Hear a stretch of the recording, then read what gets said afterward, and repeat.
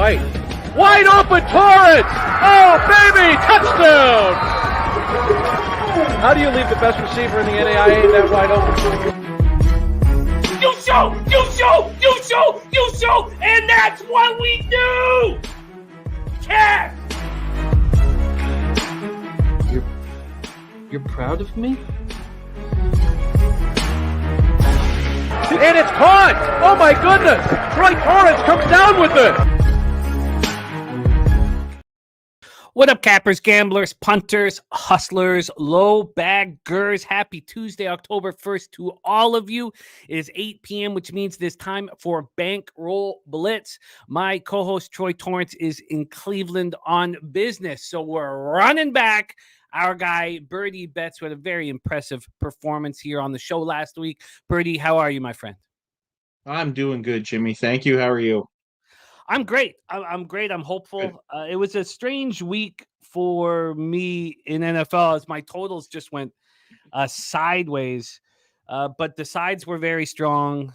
So I'll take it. I ended up 7-5 with a push plus 1.52 units. I lost with New England, San Francisco under 40.5. I lost with Dallas, New York Giants over 45. My sides were on point. Raiders cashed, Bears -3 cashed, lost Philly, Tampa Bay under 44. Cash Jaguars plus 6.5, cash the Commanders plus 3.5, cash the Ravens -2, cash the Buccaneers +2. I added the Steelers -2.5 after NFL pop-up. If I didn't, that's 6-0 on sides. I ended up going 6-1. I cashed Kansas City, LA Chargers under 42 and lost Hurts over 41.5 rush yards. You know, I'll take it. But I certainly feel like I left money on the table. And you had a great week. You went 9-6 plus 2.64 units, ROI plus 17.60%. And it could have been much better. Cowboys -5.5. That freak Aubrey missed field goal hurt you. Your CD Lamb over 81.5 receiving yards cashed. Your Prescott for 4 touchdown passes with the bomb that you 10-1 spot didn't go through, and the Dallas-Pittsburgh moneyline parlay for you didn't go in. The Aaron Jones over 80.5 rushing receiving, you put that on a silver platter for us, and I was a little struck with a similar situation that was in the CFL, and Rocky Armstead, was going up against his former team, and he just no-showed and got hurt and walked off, and it was in my head, and I just very angry I left that money on the table. Vikings +3. You cashed. That's another spot that upset me. You talked about how if Jordan Love was at quarterback, you were going to have more confidence. And yet in my pools, I was on Vikings, but didn't bet it. Steelers money line, you lost. You cashed Pittsburgh, Indianapolis over 39.5. You cashed the Broncos plus 7.5. You cashed the Jaguars plus 6.5. And you came very close to cashing the Jaguars money line at plus 245. It was too bad. CJ Stroud, touchdown pass, 18 seconds left. Commanders plus 3.5. I think that was your finest work, the breakdown, the confidence that this wasn't going to be a letdown spot. A whole bunch of us took that to the bank. So that was excellent work. Your KCLA Chargers under 40. You said, when Herbert's announced in, this will go up, bet it then. I did exactly that. Got it at 42 and cashed it very comfortably.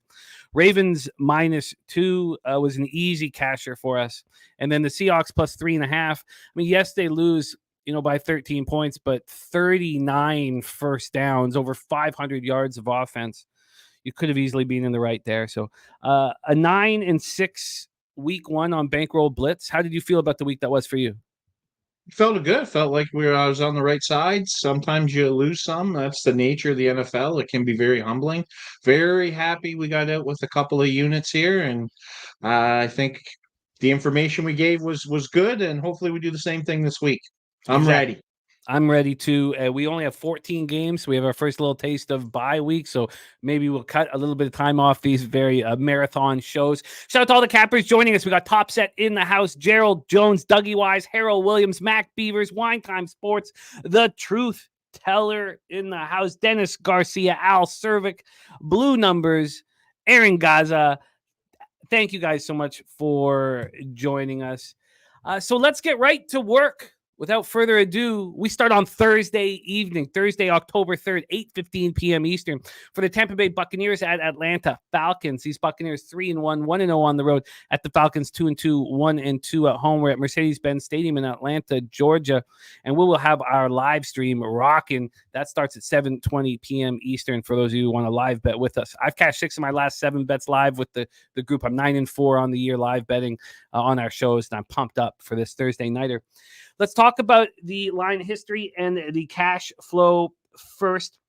The Atlanta Falcons right now are -1.5 at -106. They opened -2.5, -106. So we have a 1-point move towards the Tampa Bay Buccaneers. On the total, we have a 43.5 juice to the over. This opened up at 43. We've moved a half point to the over, and basically this will be a 44 soon. If you want the under 43.5, you get that, -101. Bovada has moved it to 44, and Pinnacle next. A lot of these books have this at a straight pick 'em. In fact, Bet Online has this juice to the under 43.5. A Bookmaker, Heritage, they all have this as a pick 'em. But if Pinnacle is moving this to the over, we know that the other books will follow suit. Cash flow wise, let's get over here. We have the 73% of the tickets and 90% of the cash is on the Tampa Bay Buccaneers early here. And we've seen the 1-point move towards them. On the total, 83% of tickets are on the over, but just 56% of the cash. But we're watching it move towards the over. Dennis Garcia says, why are they betting this game to the over? There's Slatsy in the house. Great to see you. Terry Walker joining us. Dougie Wise says, I lean Falcons, but staying away to see injury reports.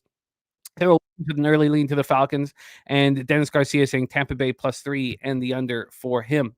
We'll start with these Buccaneers, Birdie. Red zone offense, 11th in the league, cashing at 60%. Their red zone defense, 12th in the league. They've always had a good red zone defense, at least for the last 6 or so years in the Bulls era. 47.1% stop rate. Or they're allowing touchdowns 47.1% of the time. That's 12th in the league. Third down offense is 11th in the league, cashing first downs 42.6%. And their third down defense, 18th in the league, allowing first downs 37.3% of the time. Buccaneers bounce back from their 26-7 home loss to the Broncos by defeating an undermanned Eagles squad 33-16 at home. They destroyed the Eagles. They outgained them 445-227. At one point, it was 24-0, and the Bucs had outgained the Eagles 254-0. The offense scored a touchdown on its opening drive for the first time in 21 games. Tampa Bay ran 22 plays in Eagles territory before Philadelphia crossed the 50-yard line. That was in the second quarter. They held on to the ball for 36 minutes and 17 seconds.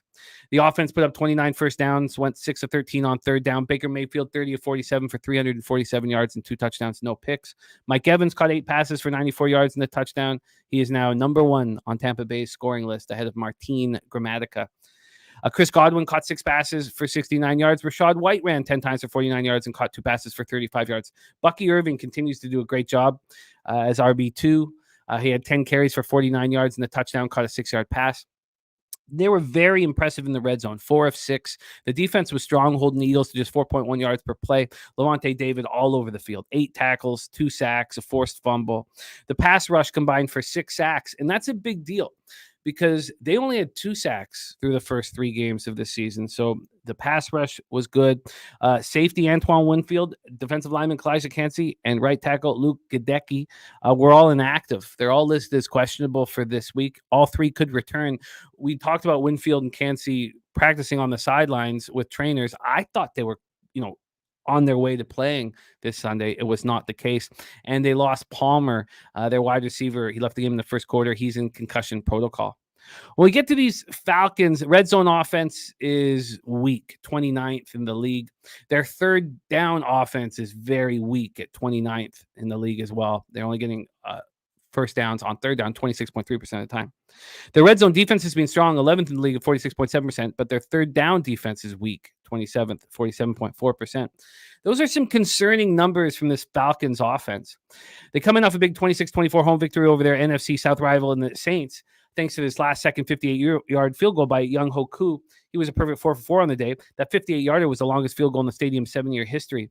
8th game-winning kick in the final 10 seconds since 2021 for Koo. That's the most in the league during that span. But the Falcons did not look good. They won despite not having an offensive touchdown. They only had 14 first downs. They were outgained 366 to 315. Cousins was 21 to 35 for 238 yards, no touchdowns and a pick. Drake London caught 6 for 64, and Darnell Mooney caught 3 for 56. Tyler Algier looked good. 8 carries for 60 yards, caught 2 passes for 20 yards. And Bijan Robinson only ran the ball 7 times, 28 yards, and caught 4 for 46. But Falcons were 4 of 11 on third down. They only made 1 entry into the red zone and failed there. The defense bent but didn't break. I mean, they allowed the Saints to get 25 first downs with 12 coming on the ground, 7 to 13 on third down, allowed the Saints to hold on to the ball for 35 minutes and 42 seconds. The Saints were 3 of 4 in the red zone. The pass rush was very quiet for the Falcons, 1 sack and 3 quarterback hits. Troy Anderson, he returns an interception, 47 yards for a touchdown, and he gets hurt. He has a knee injury. He was replaced by rookie J.D. Bertrand. He's not practiced this week. He's listed as questionable to play. The offensive line was missing Drew Dahlman, their center. He's on IR. And they're also missing Caleb McGarry, who has not been put on IR, but is listed as questionable this week. The Falcons were very fortunate to come away with the victory. Take it away here, Birdie, because I don't want to get too caught up in what we saw last week. And what we saw was Tampa Bay look very good and Atlanta be very fortunate. Here we are in a short week. Buccaneers, Falcons, Mercedes-Benz Stadium. Take it away. Yeah, I'm gonna be on the Bucks here. I just not liking what I'm seeing out of Atlanta. I mean, that's a phony a win as you're gonna get. Saints just do this, right? Like if we start looking back at the Saints organization, the Falcons organization, it's like Groundhog Day. Like there's spurts with the Saints where we're like, okay, they're going to win the division. They're going to get back to the playoffs. People have been high on Atlanta now for 3 or 4 years. I was that person a couple of years ago, but it's just 7 wins, 8 wins, 7 wins, 8 wins. And that's exactly what these teams are. I keep saying a lot every week, like what's changed? So in Atlanta, we'd like to think Kirk Cousins came in and it changed, but we have a 40-year-old quarterback off an Achilles who's struggling with mobility. But everything else is the same. Atlanta still can't get a pass rush. Atlanta still is perceived to have all these ridiculously great weapons that just have never produced in the NFL outside of Pitts in his first year with Ryan as a rookie.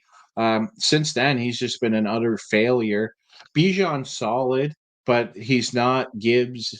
I don't think he's in that top tier running back that we see that are game changers week in and week out. This offensive line is banged up to the hilt. The Bucs have had all these injuries on defense, and they've just found a way. I mean, they had a stinker, which I think we're going to kind of see a pattern on after you play the Lions. That was a big win for them, and it was a realistic letdown 2 weeks ago. But they've been really steady on offense, and if you don't get pressure on Baker, I mean, he can just pick you apart. He's a good quarterback. I think at the time of making fun of Baker and not trusting Baker is probably gone. He's still going to have some bad moments, as every quarterback does in this league at this point now, given the quality and experience that we see at the quarterback position in the NFL right now. But Baker's a solid NFL pro quarterback with really good weapons. So I'm comfortably on the Bucs. I did get Bucs +3. One of the advantages of betting like the week before, you tend to get some good lines if you're right on that movement. But I'll also bet the Bucs now, the money line. One of the things I did kind of run into, so there's 2 points I want to make here from a props perspective. I read or listened to an interview with the Bucs OC recently, and he was talking about how Bucky Irvine fits that gap rush blocking scheme they have far greater than White. And we've kind of seen a transition now where they were splitting carries last week. Still not popping crazy numbers every week, but Irvin did manage 5 yards per carry pretty much, just a titch under that against the Eagles, and he had a rushing touchdown. So I'm going to take Irvin anytime touchdown at +152. And the one other side note for this, I'm not going to do anything this game. I just want to see how it plays out from a statistical standpoint. Mike Evans is going for that 11 years in a row with 1,000 yards receiving. Currently, he has 204 yards, so that's an average 51 per game. That puts him at 867 for the year. I think we're going to see Evans get kind of a push here in the receiving yards and targets, probably, if not this week, definitely the week after, and for the next couple moving forward, because they're going to be very motivated for him to get that award. I mean, you're beating Jerry Rice, so how the hell can you not do everything possible for that guy? And so I think it's a good time, to take advantage of this, at the 867 average for the year. That's going to come up, and the only way that comes up if they start feeding him targets. So he's been great at catching touchdowns, but I think we're going to see some big yard games coming up. But nothing on that, just information for moving forward for people to monitor. Oh, that's a great breakdown, Birdie. Birdie on the Bucks money line at plus 107. That will be an official pick here. He does have the plus 3 in his pocket as he bet it last week, but it's not official here. And Bucky Irving, anytime touchdown at plus 152. Is there any fear whatsoever that we're selling Atlanta low and buying Tampa high? No, not for me. I think that's probably betting in the NFL can be very mechanical, and you get into these mechanical situations where probably the Falcons mechanically are the play here, and it can feel uncomfortable when you kind of go against it. But I just think this is just a really good team against probably an overrated team at this particular moment that maybe gets better on offense as we go along. And I'm not sure on a short week in a divisional game that you're going to fix what you need to fix on offense against this Bucs defense. You are locked and loaded. And the expectation from the Tampa Bay side is they're going to be healthier this week and continue to get healthier as they move forward with Winfield and Kalijah Kancey, who were close to playing last week, probably playing here. All right, Birdie has made moves on the Thursday nighter. We roll on to Sunday, October 6th, 9:30 a.m. Eastern. We head to Tottenham Hotspur Stadium in London, England. 68 Fahrenheit showers, 12 miles per hour. So now with showers, what we saw last week was weather changed on a lot of the spots where we thought there might be showers, and there was none. And then, of course, there was the one game with showers that really, really affected things, and that was at MetLife with the Jets. So here we have 68 Fahrenheit showers, 12 miles per hour. New York Jets at Minnesota Vikings. These Jets 2-2, and the Vikings perfecto at 4-0. Let's get into the line history here for this one. We have Minnesota right now minus 2.5 at minus 115. Open up minus 2.5 at minus 108. So we've had 7 cents of movement towards the Purple People Eaters. On the total, we have a 40.5. It's minus 111 to the under. This has dropped a point from 41.5. So we've dropped a point 41.5 to 40.5. Coin says that look ahead was New York Jets minus 2.5. So we've flipped that script, 5-point move from the look ahead. We have 85% of the tickets and 90% of the cash on the over, and it's dropped a point. That's a very, very interesting development. And then we have 11% of the tickets and 86% of the cash on the Jets, but we've seen 7 cents of movement towards the Minnesota Vikings. Let's talk about the Jets first. Red zone offense, 11th in the league, tied for 11th at 60%. Red zone defense, 4th in the league at 36.4%. Their third down offense, 46.3%. Okay. Their third down defense is 12th in the league, allowing first downs on just 32% of the time. The New York Jets coming off an ugly 10-9 loss at home to the Broncos. Jets outgained the Broncos 248 to 186, but took the L. Rodgers was 24-42 for 225 yards, no touchdowns, no picks. He did rush 5 times for 26 yards, and he said he was pretty banged up after the game, but he was moving around okay. Mike Williams caught 4 passes for 67, and Lazard caught 5 for 58. Garrett Wilson caught 5 for 41 and lost a fumble. Garrett Wilson is caught for just 191 yards through 4 games this year with 1 touchdown. Aaron Rodgers has come out to publicly say that they have to get him the ball more. Will that be here in this high-profile spot with all eyes on this game in England? Braylon Allen ran 8 times for 34 yards and caught a 12-yard pass. Breece Hall really struggled. Just 4 yards off of 10 carries. He did catch 2 passes for 14 yards, but he struggled. They were just 4 of 17 on third down. This offense was 0-2 in the red zone. They completely shut down Bo Nix and the Broncos despite a quiet pass rush. I mean, they only had 0 sacks and 2 quarterback hits, but they held Nix to 60 yards passing and just 3 first downs through the air. The Broncos were just 3 of 14 on third down. The Vikings just keep rolling. Red zone offense, 8th in the league at 66.7%. Red zone defense, 13th in the league at 50%. Their third down offense, 9th in the league, getting first downs 43.5% of the time. Their third down defense is also 9th in the league, allowing first downs 31.5% of the time. Coming off their 4th straight victory, a very impressive 31-29 win at Green Bay. They went up 28-0 before holding on for victory. It was the Vikings' highest scoring first half since 2017. That shocked me. I mean, that's what we're talking about now with the Minnesota Vikings and Sam Darnold. Is the highest scoring first half since 2017. The Vikings off to their best start since 2016. Darnold was 20 of 28 for 275 yards, 3 touchdowns, 1 pick. He did lose a fumble. In Aaron Jones' revenge game, he ran 22 times for 93 yards and caught 4 passes for 46 yards. You absolutely nailed that breakdown last week. Justin Jefferson caught 6 passes for 85 yards and a touchdown. Jordan Addison caught 3 for 72 and a touchdown. He had missed Minnesota's last 2 games with an ankle injury. He also scored on a 7-yard run. So it's important that Addison's back, healthy, feeling good. They went 3 of 5 in the red zone. Pass rush had 1 sack, but 10 quarterback hits on Love. Now they allowed 465 total yards. Now the secondary did, intercept Love 3 times. Shaquille Griffin, Grugier Hill, and Byron Murphy all had picks, but the defense did look vulnerable in the fourth quarter. It's the first time we've seen that this year from them. They allowed the Packers to go 4-5 in the red zone. This is the craziest stat of the young season. The Vikings have only trailed in 4 games for 3.5 total minutes. They've been behind for 3.5 minutes this season. That's the juggernaut Minnesota Vikings that we're talking about. Take it away for us here, Birdie. London, England, Jets, Vikings. Take it away. Yeah, another one of those mechanical spots that we just kind of talked about. And I think you're going to see a lot of people lining up to take the Jets here, because how can Minnesota just continue to do what they're doing?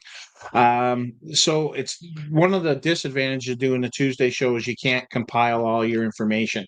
But I do spend a lot of time late Sunday, Monday, and all day today, kind of trying to find information. So a couple of things that are standing out to me in regards to the Jets. So after that game yesterday, Salo had the press conference because they had something like 7 or 8 false starts in that game against Denver. And Salo was saying in his press conference that they have to change the cadence. They have to start playing quicker. He was visibly worked up about it. And then Rodgers comes out for his interview and he's like, why would we change the cadence? Why wouldn't we hold these guys accountable? And then you come out today and Saleh backtracks on the cadence. So essentially what Rodgers is saying there is we kind of got 2 things. So either A, our personnel isn't good enough, which, I mean, you're 4 games in and we're screwed, or B, you're not a good enough coach to hold these guys accountable and coach them up. And I'll give Saleh a pass because he's a defensive guy. So then, well, his offensive coordinator will probably be able to do a good job doing that. And then you look at that, it's Brian Hackett. So I just don't see him being able to correct these issues on the offensive line.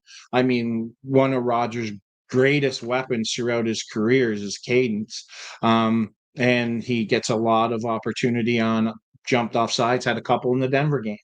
That's not going to change. That is not going to change.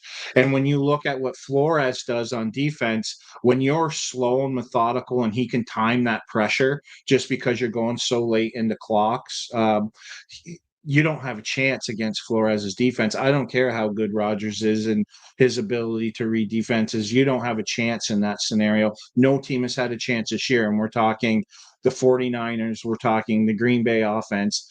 Now, yes, Green Bay did score some points, but Green Bay started scoring points when they sped up. When you speed up, you stop that pass rush. And that's when they started having success after Minnesota had already amassed a 28-0 lead. And oddly enough, we see that Saturday, right, in the Bama game. Bama goes up, lets down, Georgia gets back in the game. It's a very similar situation here. Minnesota was always the best team in that league, in that game. And if you followed me all year, I've been saying, like, right from week 1 that the power ranking on the Vikings are just way off because people were way off on what they were pre-flop, and that would take the week 4 in order to get that power rating locked in. We're seeing that now. Line's fine. Line's where it should be. Which is fortunate if you're a Minnesota backer because you're going to get a ton of Jets money, and you might even get like a 2 or 1.5 by the time Sunday comes. So I'm going to probably not have any bets in this game. And just as a heads up, I was watching Good Morning Football this morning, and Brant is doing an interview with Rogers on Monday, like this past Monday, that'll air on Sunday's show. And he didn't they didn't say anything about it. He just mentioned one question that he asked him about Father Time. And Rogers just openly and honestly said it's 50-50 right now. And we're in game 4. And the next 5 games for the Jets are the Vikings, Bills, Steelers, Patriots, and Houston. I mean, 1-4 there. This season could get away from them very, very quickly. If they don't win this game today, I think it's going to get really, really ugly in Jetsville. I mean, there is no relax when you've got the Bills and Steelers and Houston 3 out of the next 4 games.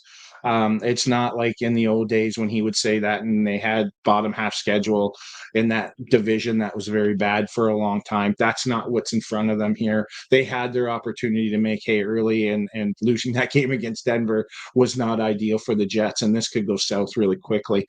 Saying that, I have to respect the mechanical play here on a Tuesday. No bet for me. Gun to my head, I'd be all over Minnesota here. Interesting. My first gut instinct was that this was a buy low opportunity on the Jets, but I knew that would be a lot of people's thought process here. And to see 86% of the cash on the Jets, albeit with a smaller ticket count and the line moving away from them, makes me extremely uncomfortable. We have here Dennis Garcia. Can I say something really quick? Course. Yes, of course. So what you're seeing early on, I don't know if you've noticed it or not, early on, like Tuesdays here, is you get a lot of fakes. Like these guys know what they're doing, right? They're setting up lines for when big money can come in later in the week. And I think it's very telling that we're getting all this money and this line isn't moving. Books are protecting against as best they can against these big money bets coming in when the limits go up. And we're seeing it every week on multiple totals, multiple spreads, where these guys are setting these games up early in the week to come in big on the other side later. Interesting. And Dennis Garcia also saying that he is interested in Jets money lines, has probably bet the over if it keeps dropping. Do you agree with this move down from 41.5 to 40.5? Yeah, these European games go under. It's just historically that's what happens. I don't have much to say on this total. It's not for me. So, but I understand the move to the under because these London games seem to always kind of trend that way. A lot of people interested in the Jets here in the chat, but no one with a ton of confidence here. I mean, other than maybe Dennis. Truth Teller will be on the Vikings. We have a lot of people leaning towards the Vikings, but more here in the chat on the New York Jets.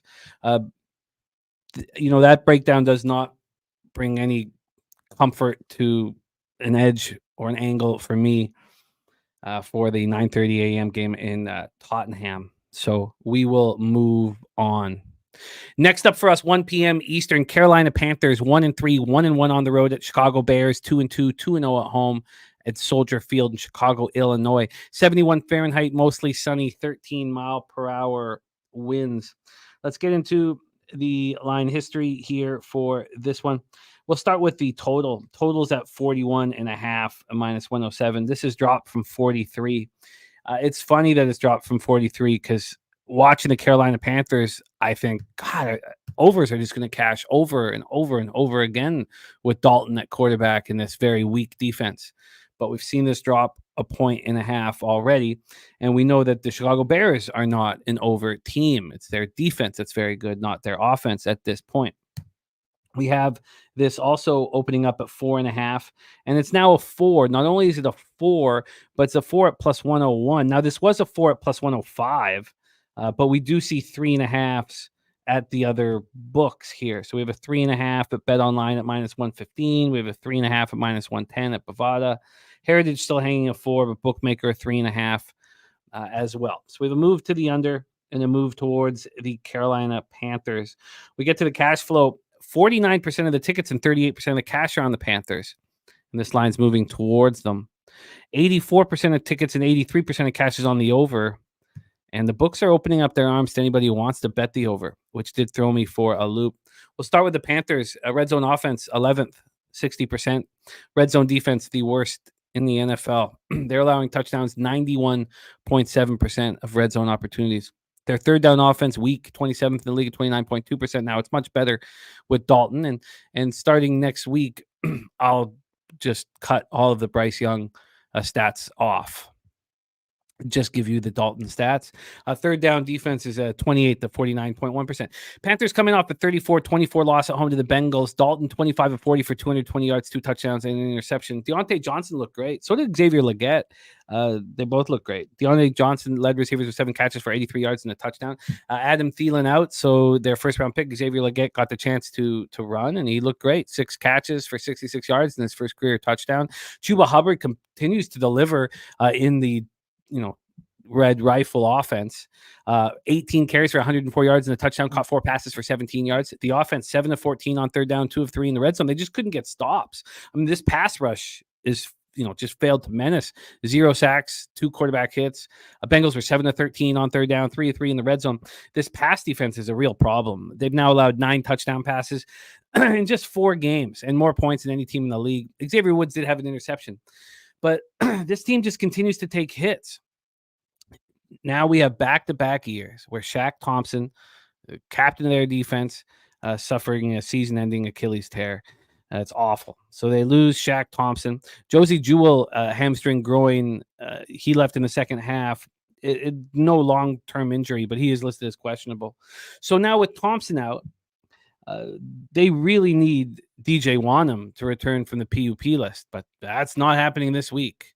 So you lose Shaq Thompson, this defense just taking hit after hit after hit, and yet this market's moving towards the Panthers and this total is moving towards the under. Very confusing. Let's talk about the Chicago Bears. Red zone offense 16th in the league at 55.6%. Red zone defense 10th at 45.5%. Their third down offense is struggling. They're only getting first downs 23.3% of the time, and their third down defense is very strong. They're only allowing first downs 29.4% of the time. Coming off a 24-18 win at home over the Rams, it was a very comfortable casher for us. The offense just continues to struggle. They were outgained 322 to 264 in the victory. Caleb Williams, 17 to 23 for 157 yards and a touchdown, and he didn't turn the ball over. And that was a big, big deal. If you got this great defense, just don't gift the other team points. And we had a DeAndre Swift sighting. It's been taking a lot of hits from a lot of people, and he ran 16 times for 93 yards and a touchdown. He caught 7 for 72. They finished with 131 yards rushing. Remember, they only had 63 against the Colts, so that was a big, big improvement. Cole Kmet caught 3 passes for 34 yards, and Keenan Allen returned from his heel injury. He had just 3 catches for 19 yards. They were just 3 of 9 on third down, 2 of 4 in the red zone, but their defense, again, very strong, holding the Rams to 1 of 4 in the red zone. Brisker, was he everywhere? 12 tackles, 2 for a loss, 1 sack, 1 interception. Pass rush had 3 sacks and 6 quarterback hits. And their right guard, Tevin Jenkins, is listed as questionable this week. He's dealing with a rib injury, which is a very difficult thing to come back from in just a few days when you're on the offensive line. Take it away for us here, Birdie. Panthers, Bears.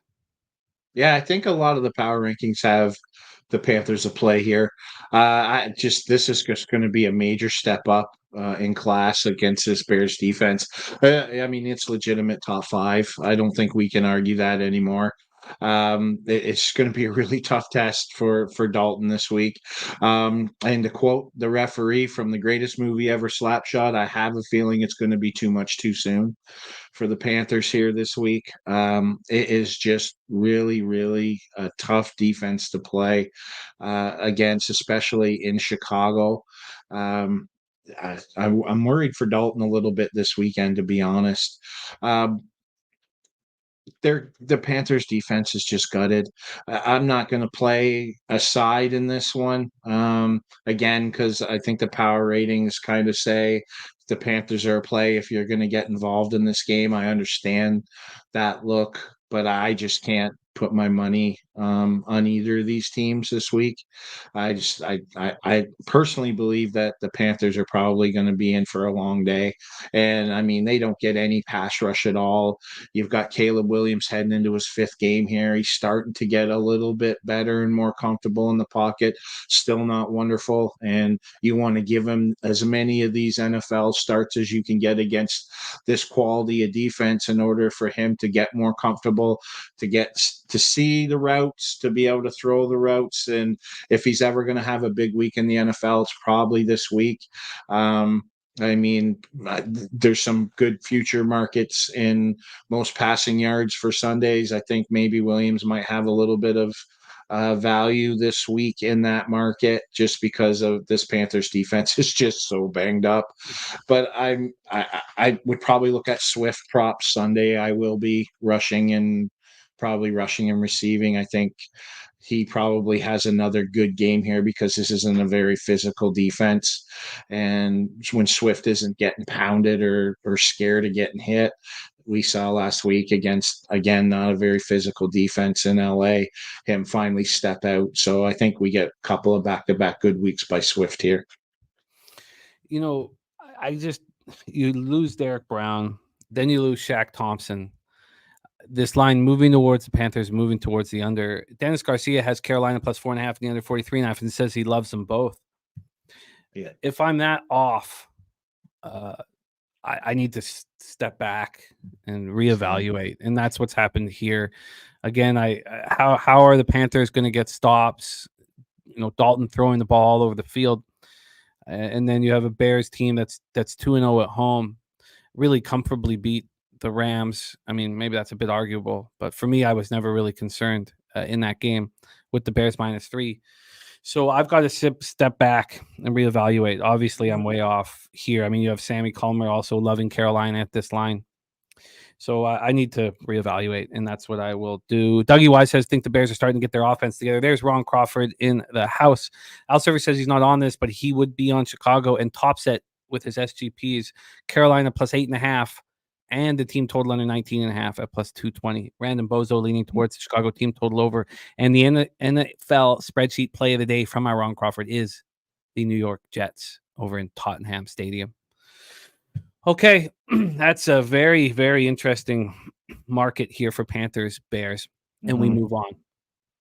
Next up for us, 1 p.m. Eastern, Baltimore Ravens 2-2, 1-1 on the road at the Cincinnati Bengals 1-3, 0-2 at home. We're at Paycor Stadium in Cincinnati, Ohio. It's beautiful weather this weekend, 80 Fahrenheit, sunny, 10-mile-per-hour winds. Let's get into the line history here for this one. We have the Cincinnati Bengals sitting at plus 2.5 at plus 101. They opened up plus 2.5 at minus 101. So we've had very, very little movement. The Ravens have been juiced at double digits at minus 2.5, but it's ranged between minus 111 and minus 117, and we're only 2 cents off of the opener. Let's get to the total here for this divisional battle. It's 50 right now. It's a 50. This opened up at 50 at Pinnacle, got up to 51, and has come back to 50. But we should check out what BetOnline has done as they get this so much earlier. This was 47. This was 47. And of course, you know, the line came out before the games were played. But so it's two different ways of looking at it. From 47 up to 50, or, you know, 50 to 51 back to 50. It depends if you're looking at the lines, the look ahead, or if you're looking at what Pinnacle drops. Let's get into the cash flow then for this one. We have 76% of the tickets and 79% of cash on the over. 76 and 79.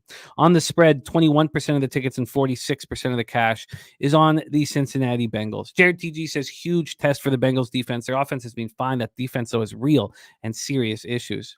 Sammy Calmer saying Bengals money line. And Harold Williams says physical team against a soft team. Give me the Ravens. Truth Teller says Ravens for me. And so does Random Bozo says Ravens money line. Let's roll here. We'll start with the Ravens' sixth offensive red zone numbers. 71.43% of the time they're scoring touchdowns early in the season. That's spectacularly good, especially when Mark Andrews is not involved. Red zone defense, 18th in the league, tied at 58.3%. Their third down offense, 7th in the league at 44.2%. And their third down defense is 19th in the league at 38.3%. I'm surprised that, I mean, you could say with McDonald leaving that this defense was going to take a step back, you know, losing Queen in the offseason. But red zone defense, 18th in the league, third down defense, 19th in the league, numbers that I did not expect. Ravens coming off an impressive 35-10 victory at home over the previously undefeated Bills. We were all on it, you, myself, Troy, many of our colleagues as well. It was very easy. They outgained Buffalo 427 to 236. Lamar Jackson was 13 of 18 for 156 yards, 2 touchdowns, no picks. He also ran 6 times for 56 yards and touchdown. Did lose a fumble. Derrick Henry was an absolute monster. He ran 24 times for 199 yards and a touchdown, caught 3 for 10 yards and another touchdown. Took that first handoff for 87 yards, and it was just game, set, match immediately. Longest run in the team's 29 years in Baltimore. Justice Hill led receivers with 6 catches for 78 yards and a touchdown. That is a problem. The wide receivers just aren't getting a lot of play here, but they went 4-4 in the red zone. The offensive line was strong all night, and we were keeping a close eye on it because Andrew Voorhees was out because of an ankle injury. Patrick McCarry moved over to left guard, and rookie Roger Rosengarten made his first career start at right tackle. And, they look good, or the Buffalo Bills pass rush is below average, which I think both are legitimate statements. True. Mark Andrews, again, nowhere to be found. 0 catches, 1 target, but the defense was excellent. Held the Bills to 236 yards, 3 of 13 on third down. Kyle Van Noy, I mean, I just love him. I mean, what a character guy. He just delivers and delivers and delivers. 2 sacks, 3 quarterback hits. Ravens combined for 3 sacks and 8 quarterback hits. Let's talk about the Bengals. 9th red zone offense, 61.5% of the time. They're scoring touchdowns. Red zone defense, 18th in the league, allowing touchdowns 58.3% of the time. Third down offense, 5th in the league, 44.7% of the time, but their third down defense, 22nd in the league at 41.3%. The Bengals coming off their first win of the season, 34-24 at Carolina. Burrow, 22 of 31 for 232 yards, 2 touchdowns, 1 pick. Jamar Chase, 3 catches for 85 yards and a touchdown. Higgins caught 6 for 60. Chase Brown continues to deliver, ran 15 times for 80 yards and a touchdown, caught 2 for 12. And Zach Moss had 15 carries for 51 yards and caught 4 passes for 27 yards and a touchdown. Nobody's concerned about their offense. It's their defense. That's the problem. They let the Panthers put up 375 yards. They let the Panthers go 7 of 14 on third down. The pass rush did very little. It was anemic out there. I mean, it finished with no sacks and 2 quarterback hits. Trey Hendrickson had a quiet game. If Hendrickson isn't rolling, nobody else is on that defensive front. He left the game in the fourth quarter after suffering a neck stinger. He's listed as questionable this week. They allowed the Panthers go 2 of 3 in the red zone. Von Bell had an interception for this beleaguered secondary, but there are problems here. Take it away. I can't wait to hear your breakdown. The home dog Bengals now 1-3 on the season. Is this a sell Ravens high spot? Take it away, Birdie. Probably. I mean, Bengals still need this game. That was a big, much needed win because their season's over if they lose last week to the Panthers. I mean, arguably you can say they're in the same position this week. I mean, you can't go 1-4 in that division because the loss would be to the Ravens, and you'd have Pittsburgh and Baltimore just kind of way out front there, and it would just be too tough of a road for Cincy. So this is about as much of a must-win game as last week was. And I mean, how I can't. There's that defense just hasn't shown me enough yet to be able to put money on them. I do think the Ravens couldn't have looked any better than they looked last week against the Bills. Hats off to Troy and you for really getting on that, understanding that it was kind of a big step up in class for the Bills and they might get punched in the mouth a little. And that certainly happened in that game. I mean, beating the Bills is no joke. And I mean, you do that in the way that the Ravens did it, it's hard to get up, even if it's a division game the following week, especially on the road. The Bengals should be the more hungrier team here. I'm not sold on this Ravens defense yet. I think probably this game has the ability to be a shootout again because let's face it, that's probably how the Bengals are going to have to play and win. But I think there's 2 ways to attack this game if you want to bet it. I think if you want the Ravens, you take it under the 3 now at 2.5. And if you think the Bengals are the play here and they're going to win, you would be crazy to bet the Bengals money line or spread here. Take the division at plus 340 this week. They got the Giants next week. So if they can get this win, you got Giants next week. They're back to 3-3 and that division's live and you're sitting with a plus 340 in your pocket. Betting the Bengals this week is just silly when you can take the division at plus 340. That's an interesting way of handling it. Dennis thinking that we're, selling this Bengals defense short, said they held Kansas City to 4.8 yards per play. They allowed 5.4 yards per play to Carolina. But Dennis is much higher on the Bengals defense. I mean, he was on the under in that Bengals Panthers game. I would love to be on this under a 50 in division. I mean, that's just calling my name. But at this point, with the way I see this Bengals defense, it's difficult for me. But maybe I need to take another look here. Dennis Garcia says fading Baltimore off a perfect game. Cincinnati isn't bad enough to be home dogs here. And Truth Teller says I think the Ravens are the best team in the NFL. So Sammy Comer took AFC and Super Bowl before the Panthers game. True Teller though saying Ravens about to go on a winning streak. If Dennis is much higher on the Cincinnati Bengals defense than I am, well, I will take another look at it because I would love to be on this under. I just don't. The Bengals offense does allow them to have long drives. So if we are concerned with the Ravens red zone defense and third down defense, that does hurt the under 50 because the Bengals will need to fight fire with fire. But right now, I certainly am interested in the under 50. I'm not going to bet this tonight. I'm going to have to take more time looking at this Bengals defense. And I also need to know that Hendrickson is practicing because when he doesn't, he creates a ton of problems and he draws a ton of holding penalties. And I just need to know that he is good to go. Anything for you here in Ravens-Bengals, or do we move on, Bertie? No, but I just want to reiterate, if you were someone that wanted to get on the Bengals preseason but waited, this is it. This before this game's played, because they're either getting back into it or they're finished. So if you ever want to get in on the Bengals in the future market, it has to be done before Sunday's game. It's well put. But my concern for not getting on them in the preseason, which I was so close to, were how healthy their defense was last year. And how I just felt a very difficult proposition to imagine them being as healthy this year. And what if they aren't? They just don't have enough depth. And then we talked about, their Higgins and Jamar Chase not getting the contracts that they were hoping to get, so they're not happy. So at this point, I'm not betting it. I'm not betting it. At this point, I'm interested in the under, but no move at this point. Let's roll on. 1 p.m. Eastern, Miami Dolphins 1-3, 0-1 on the road at New England Patriots 1-3, 0-1 at home. Gillette Stadium in Foxborough, Massachusetts. 65 Fahrenheit, mostly sunny, 5-mile-per-hour winds. Let's get into the line history here for this one. This total is very low, 35.5. And, mistakes can be made. And we saw that in the Titans-Dolphins game, crucial errors, mistakes being made, and it goes over because of those mistakes, not because the offense on either side was moving the ball comfortably. This total opened up at 35.5 and minus 109 to the under at Pinnacle, and it's not moved 1 cent ever. It's just sitting there at 35.5. On the spread, you have New England -1 at minus 102. That's exactly where it opened as well. Now, this came out this morning, of course, because Dolphins played last night, but there's been no movement on side or total.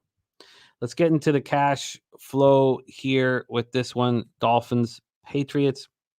We have 60% of the tickets and 76% of the cash on the Patriots, which makes sense to me. But still, you'd want to see the market moving in their direction. 89% of the tickets and 68% cash on the over, and it's not moving. 11% of the tickets and 32% cash on the under. That's appealing. That's very, very appealing to me that the over is getting hammered. It's such a low number, and it's not moving 1 cent. The under 35.5 is appealing here.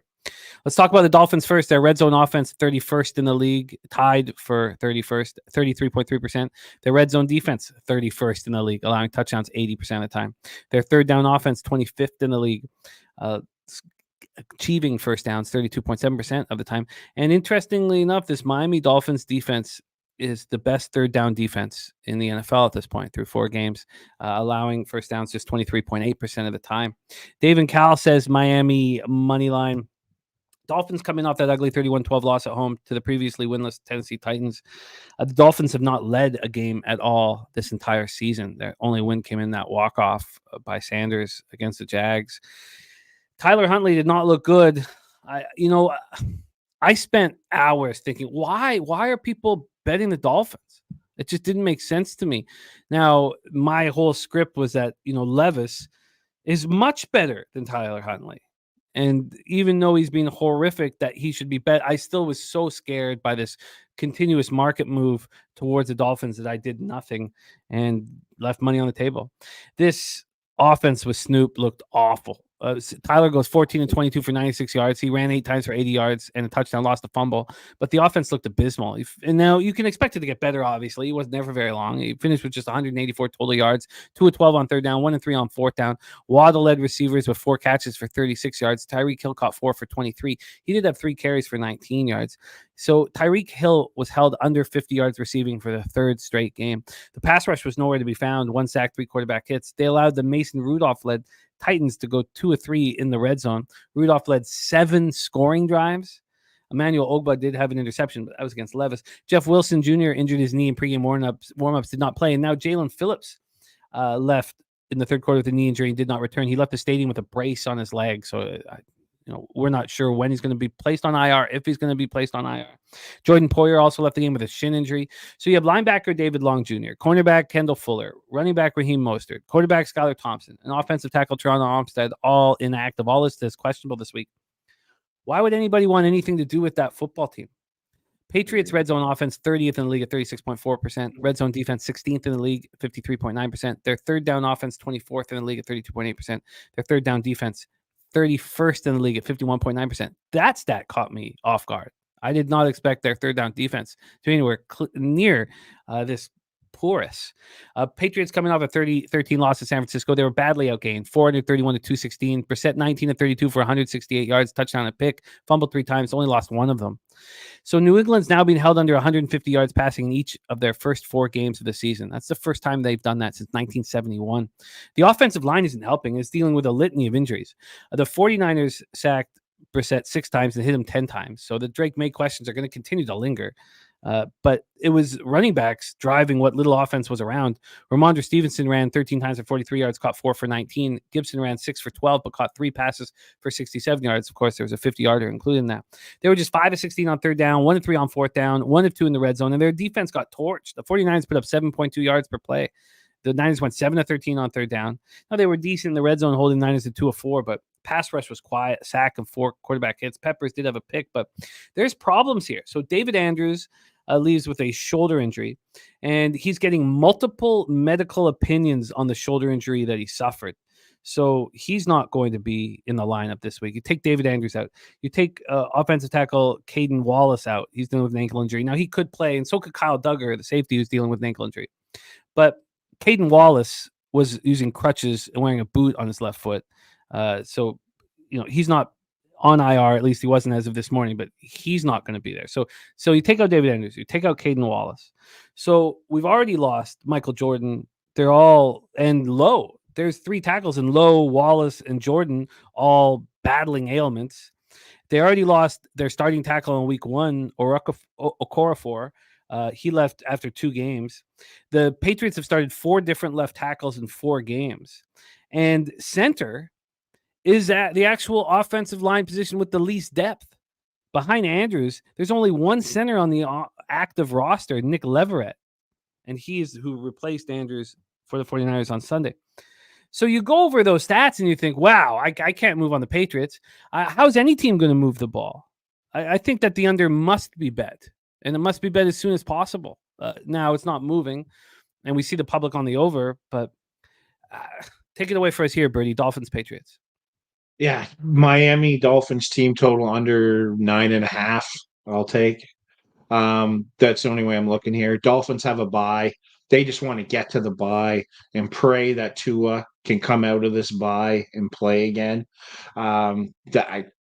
This game is just I'm not even looking, like, I'm not even interested in watching it. it's just horrible. But I think the only look here for me in this game, and I will bet it, is taking the Dolphins team total under 9.5. The fact that they got the bye next week, I just they need to get to it. You could see like yesterday, Monday night there, that I mean, that coach is just he's mentally gone. Those players are just they're not motivated. I mean, it's just so bad for them right now. I mean, you start Huntley, you hope, and then 4 plays into that game, you have no hope. Um, yeah, this is just going to be ugly. But yeah, I'll take Dolphins under 9.5 team total. And what line are you? Because I mean, it's a 16.5 team total, so you're going to use an alternate line. I'll do the alt on 365. I'll get you the number. Okay. Alt line for Birdie under 9.5 for the Dolphins. Interesting way of playing this. Do we have any concern that the Dolphins are just going to lay down and the Patriots are going to put up a ton of points? How can they with this beat up offensive line? I mean, that's why I'm going under 9.5. That's exactly the concern. The only way you could look at this game is to take the Patriots. And if you're going to take the Patriots at 1, I don't see this being a competitive game in that regard. Either if the Dolphins are going to compete, they're going to win. But I don't think that's happening here. I think they've checked out, and I think your alt Patriot line's probably up to 6.5, maybe even up to 13.5 makes sense here. Because I just don't think the Patriots just win by 2 points in this game. I don't think Miami competes at that level, especially losing Phillips too. Like, my God, what more badness has to happen for the Dolphins here? This is just a horrible spot for them. The under 9.5 is plus 450. Or sorry, 1 sec. The under 9.5 is plus 400. Wow, under 9.5 at plus 400 for Birdie. Random Bozo says, "Is this another team to score the lowest points this week?" Spot. Potentially the Dolphins, yeah, but you're not going to get any price on that. I'm not sure. I'm not the only one kind of coming to this conclusion. But yeah, I'd be shocked if the Dolphins. I'll pay to see it, and I'll pay for that they're not at a nice price. If I get involved on a side here, I'll definitely be with the Patriots in alt numbers, because as I say, the Patriots aren't winning this game by 2 points if they win. Huh. So what's keeping you off the Patriots at this point is that the Dolphins do have a roster that's capable of handling the Patriots. The question is, are they just letting go and trying to get to the bye week? And that's what you're. Yeah, that's kind of my look here. It's just I've got the Dolphins power rated at 30. I'm not sure if you do that sort of thing, but like I've got them 30 out of 32, and I've got New England 28. So like there's no value for me to get involved in a side on a Tuesday. I'll wait till Sunday, get more information on the Dolphins, and kind of try to really zone in on where they're at mentally coming into this, and take as much time as I possibly can. And if I get that kind of impression that the Dolphins are talking bye and they're looking to the bye, and all I've heard the last 2 days is that confirmation that Tua probably is great. He's doing great. He's doing fine. Looks like he's coming back. So those types of things are a real red flag to me. But on a Tuesday, there's no sense for me to make that bet yet. I'll wait till later in the week, get as much information as I can, and I will, I'll just confirm to you, I will not be betting the Patriots at -1. I'll be taking Patriots at big alt spreads, because as I say, if that's what's really happening here and they just want to get to the bye so they can reset and get guys back, the Patriots will be able to set their number here. Very interesting. I'm going to get in on this under. And it might be a first half handful game under for me. Big O looking at the Patriots race to 10 at -118. And then the question is, do we move on the Patriots? Again, that decision, as Birdie was saying, doesn't have to be made right now. There's the Nuke worker in the house. Great to see you, Nuke. Top set giving us a final score of 15-6. Final score of 15-6. All right. Birdie on Dolphins team total under 9.5 at plus 400. And unders will be bet by me. Let's roll on. Next up for us, 1 p.m. Eastern, we have the Cleveland Browns 1-3, 1-1 on the road at the Washington Commanders 3-1, 1-0 at home. We're at Northwest Stadium in Landover, Maryland. 72 Fahrenheit, sunny, 5-mile-per-hour winds. Washington looks very good. We are sitting here with it opened up at -3 at -116 at 7:27 p.m. on Sunday night, and it moved 10 cents in 2 minutes. Moved from -116 to -126. And then we had 3.5s. The 3.5 initially was -102. It got up to +108. It's done that a couple times. It's gone into the, VIG, and then it's come back to plus money. Right now, it's at +109.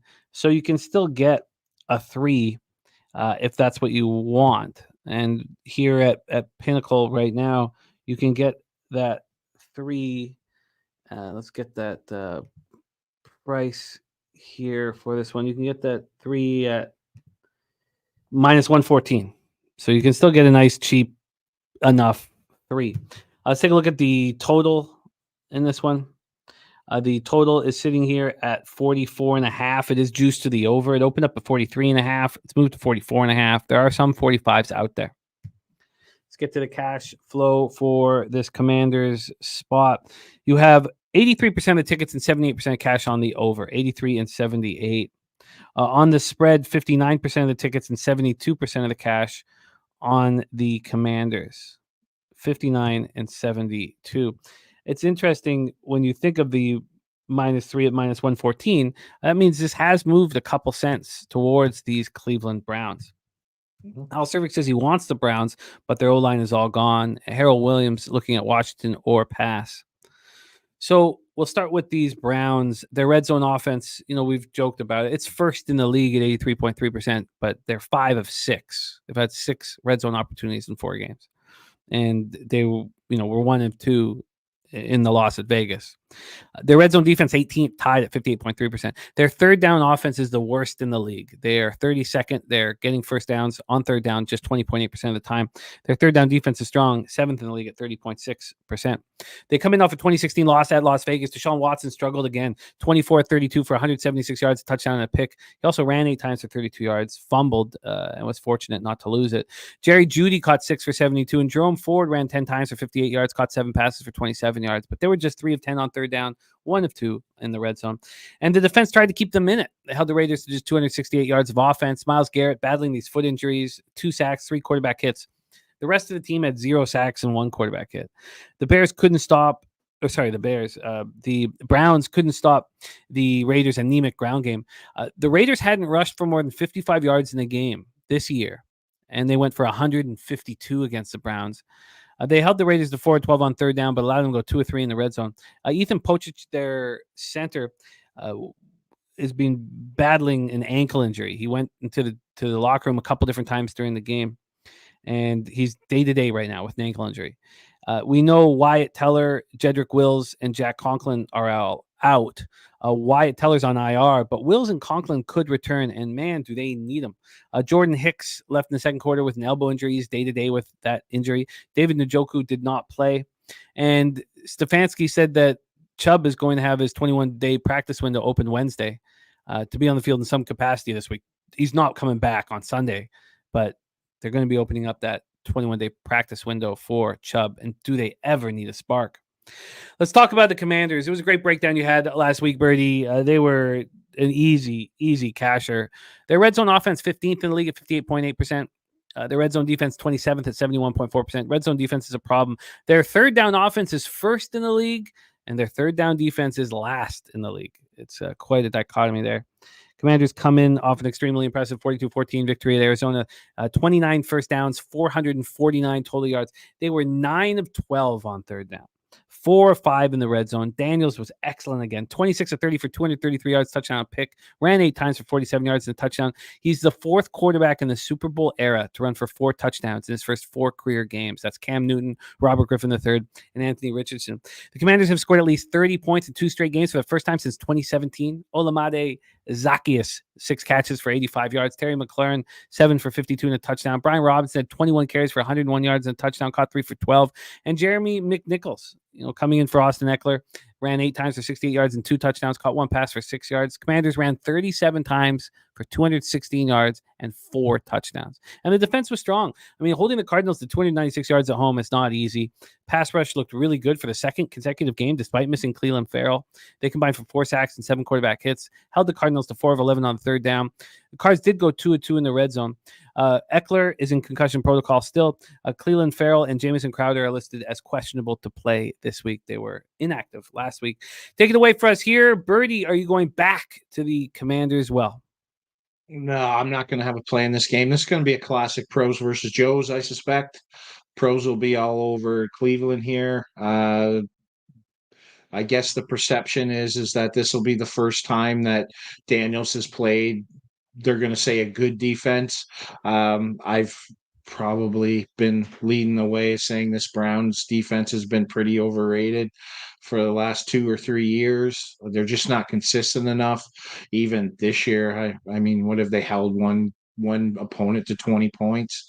I'm skeptical personally that this is the team that's going to actually stop Washington in this run. I think probably next week when you get the Ravens, when you play the Ravens, that's when we're going to get a real test of, okay, this is a step up in class. Because, I mean, I'll look you in the camera and tell you, I think Washington's the better team here. So I'm not sure why I'd be worried about playing a Cleveland team when I think Washington's definitely the better team here, especially on offense. It's not even remotely close.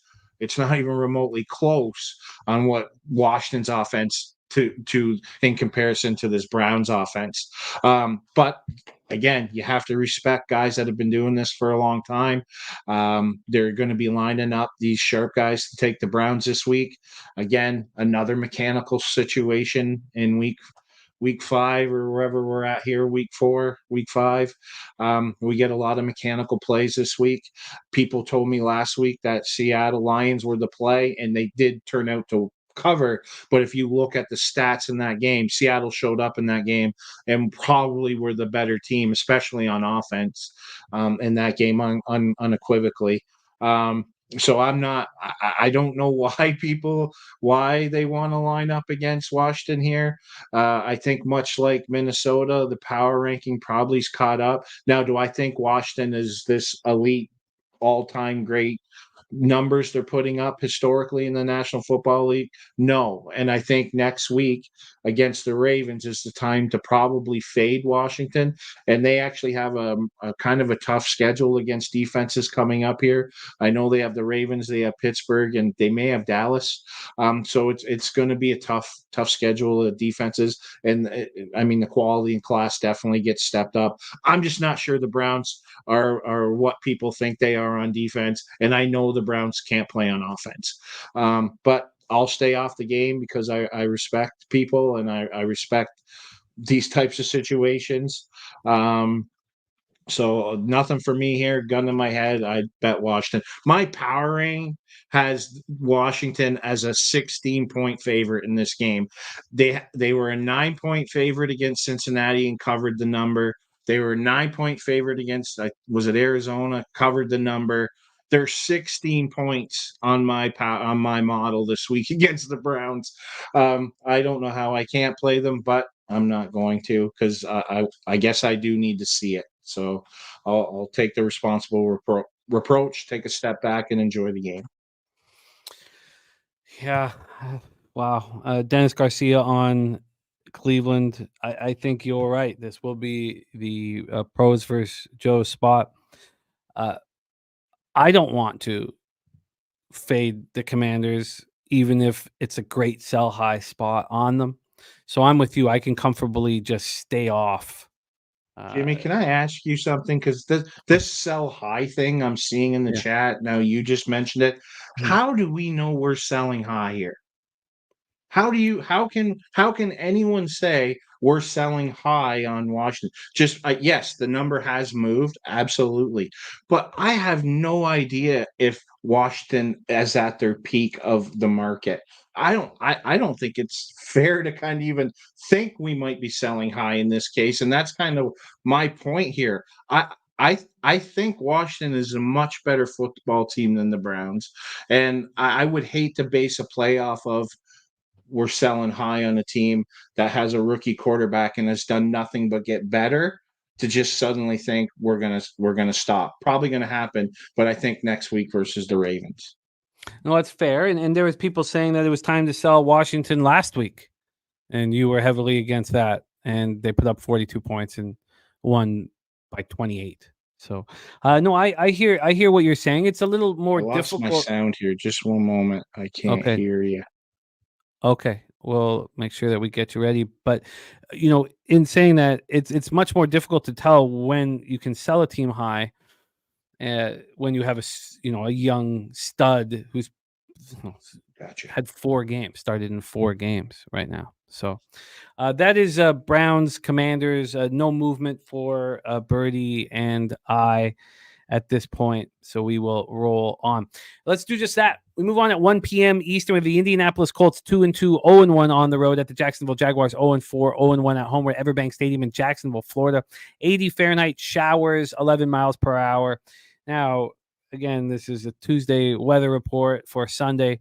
Showers is not rain, so keep a very close eye on it. It could be fine come Sunday. Let's get into the line history here for this one. From a spread perspective for Colts, Jags, we'll start with the total. Total's at 46. This opened up at 46. There's been 8 cents of movement towards the over. 8 cents of movement towards the over, but that's it. Hasn't moved off the number. And on the point spread here, we have the Colts +3 at -116. They opened up +3 at -109. So we've had 7 cents of movement towards this +3 on the Indianapolis Colts. When we get to the cash flow here for this spot, we have 61% of the tickets and 51% of the cash on the Colts. So the Jaguars have 39 and 49.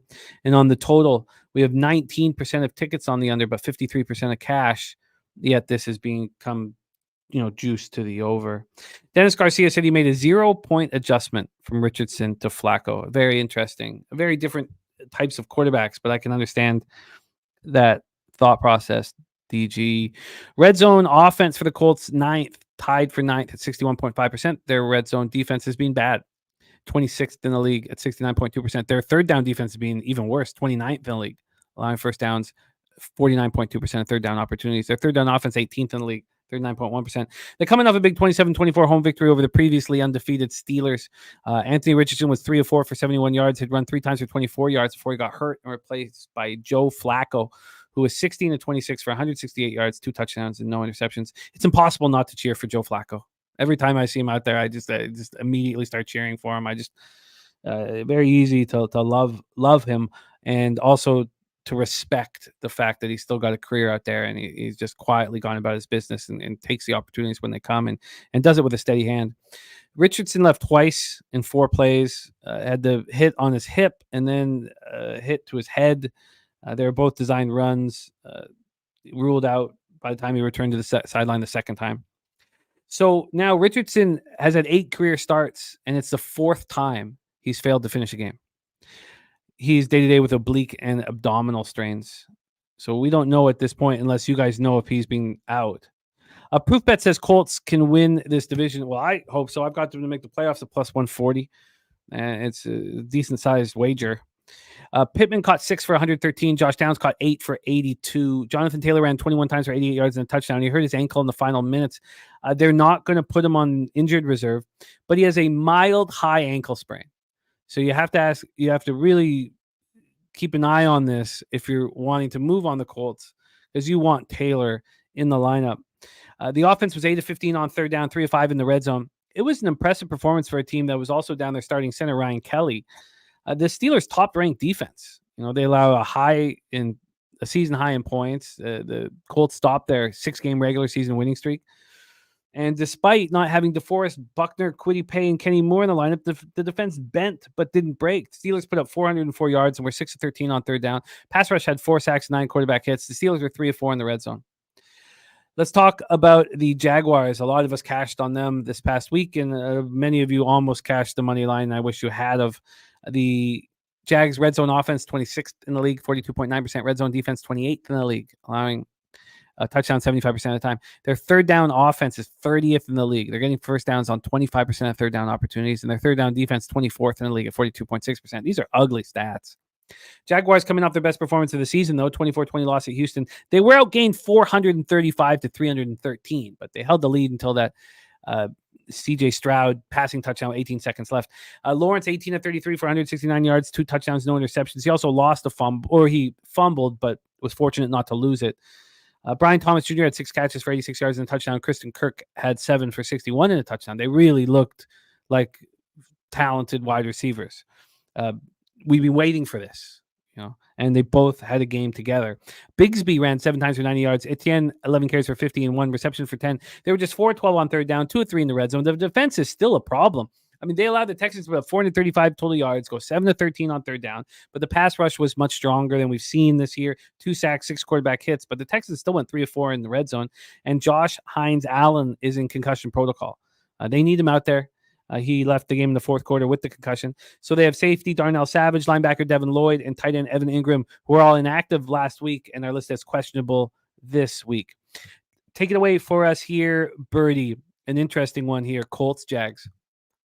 Yeah. So I'm not sure if you heard. Did you listen to Peterson's press conference after? I did. I watched the clips of it today. Did you hear him say, "Why would I change my plays? They're just not good enough to execute them"? Like, that's a man that wants to get out of Dodge, man. I'm not going to bet this game because I have to pick the Jaguars because of the injuries with Indy.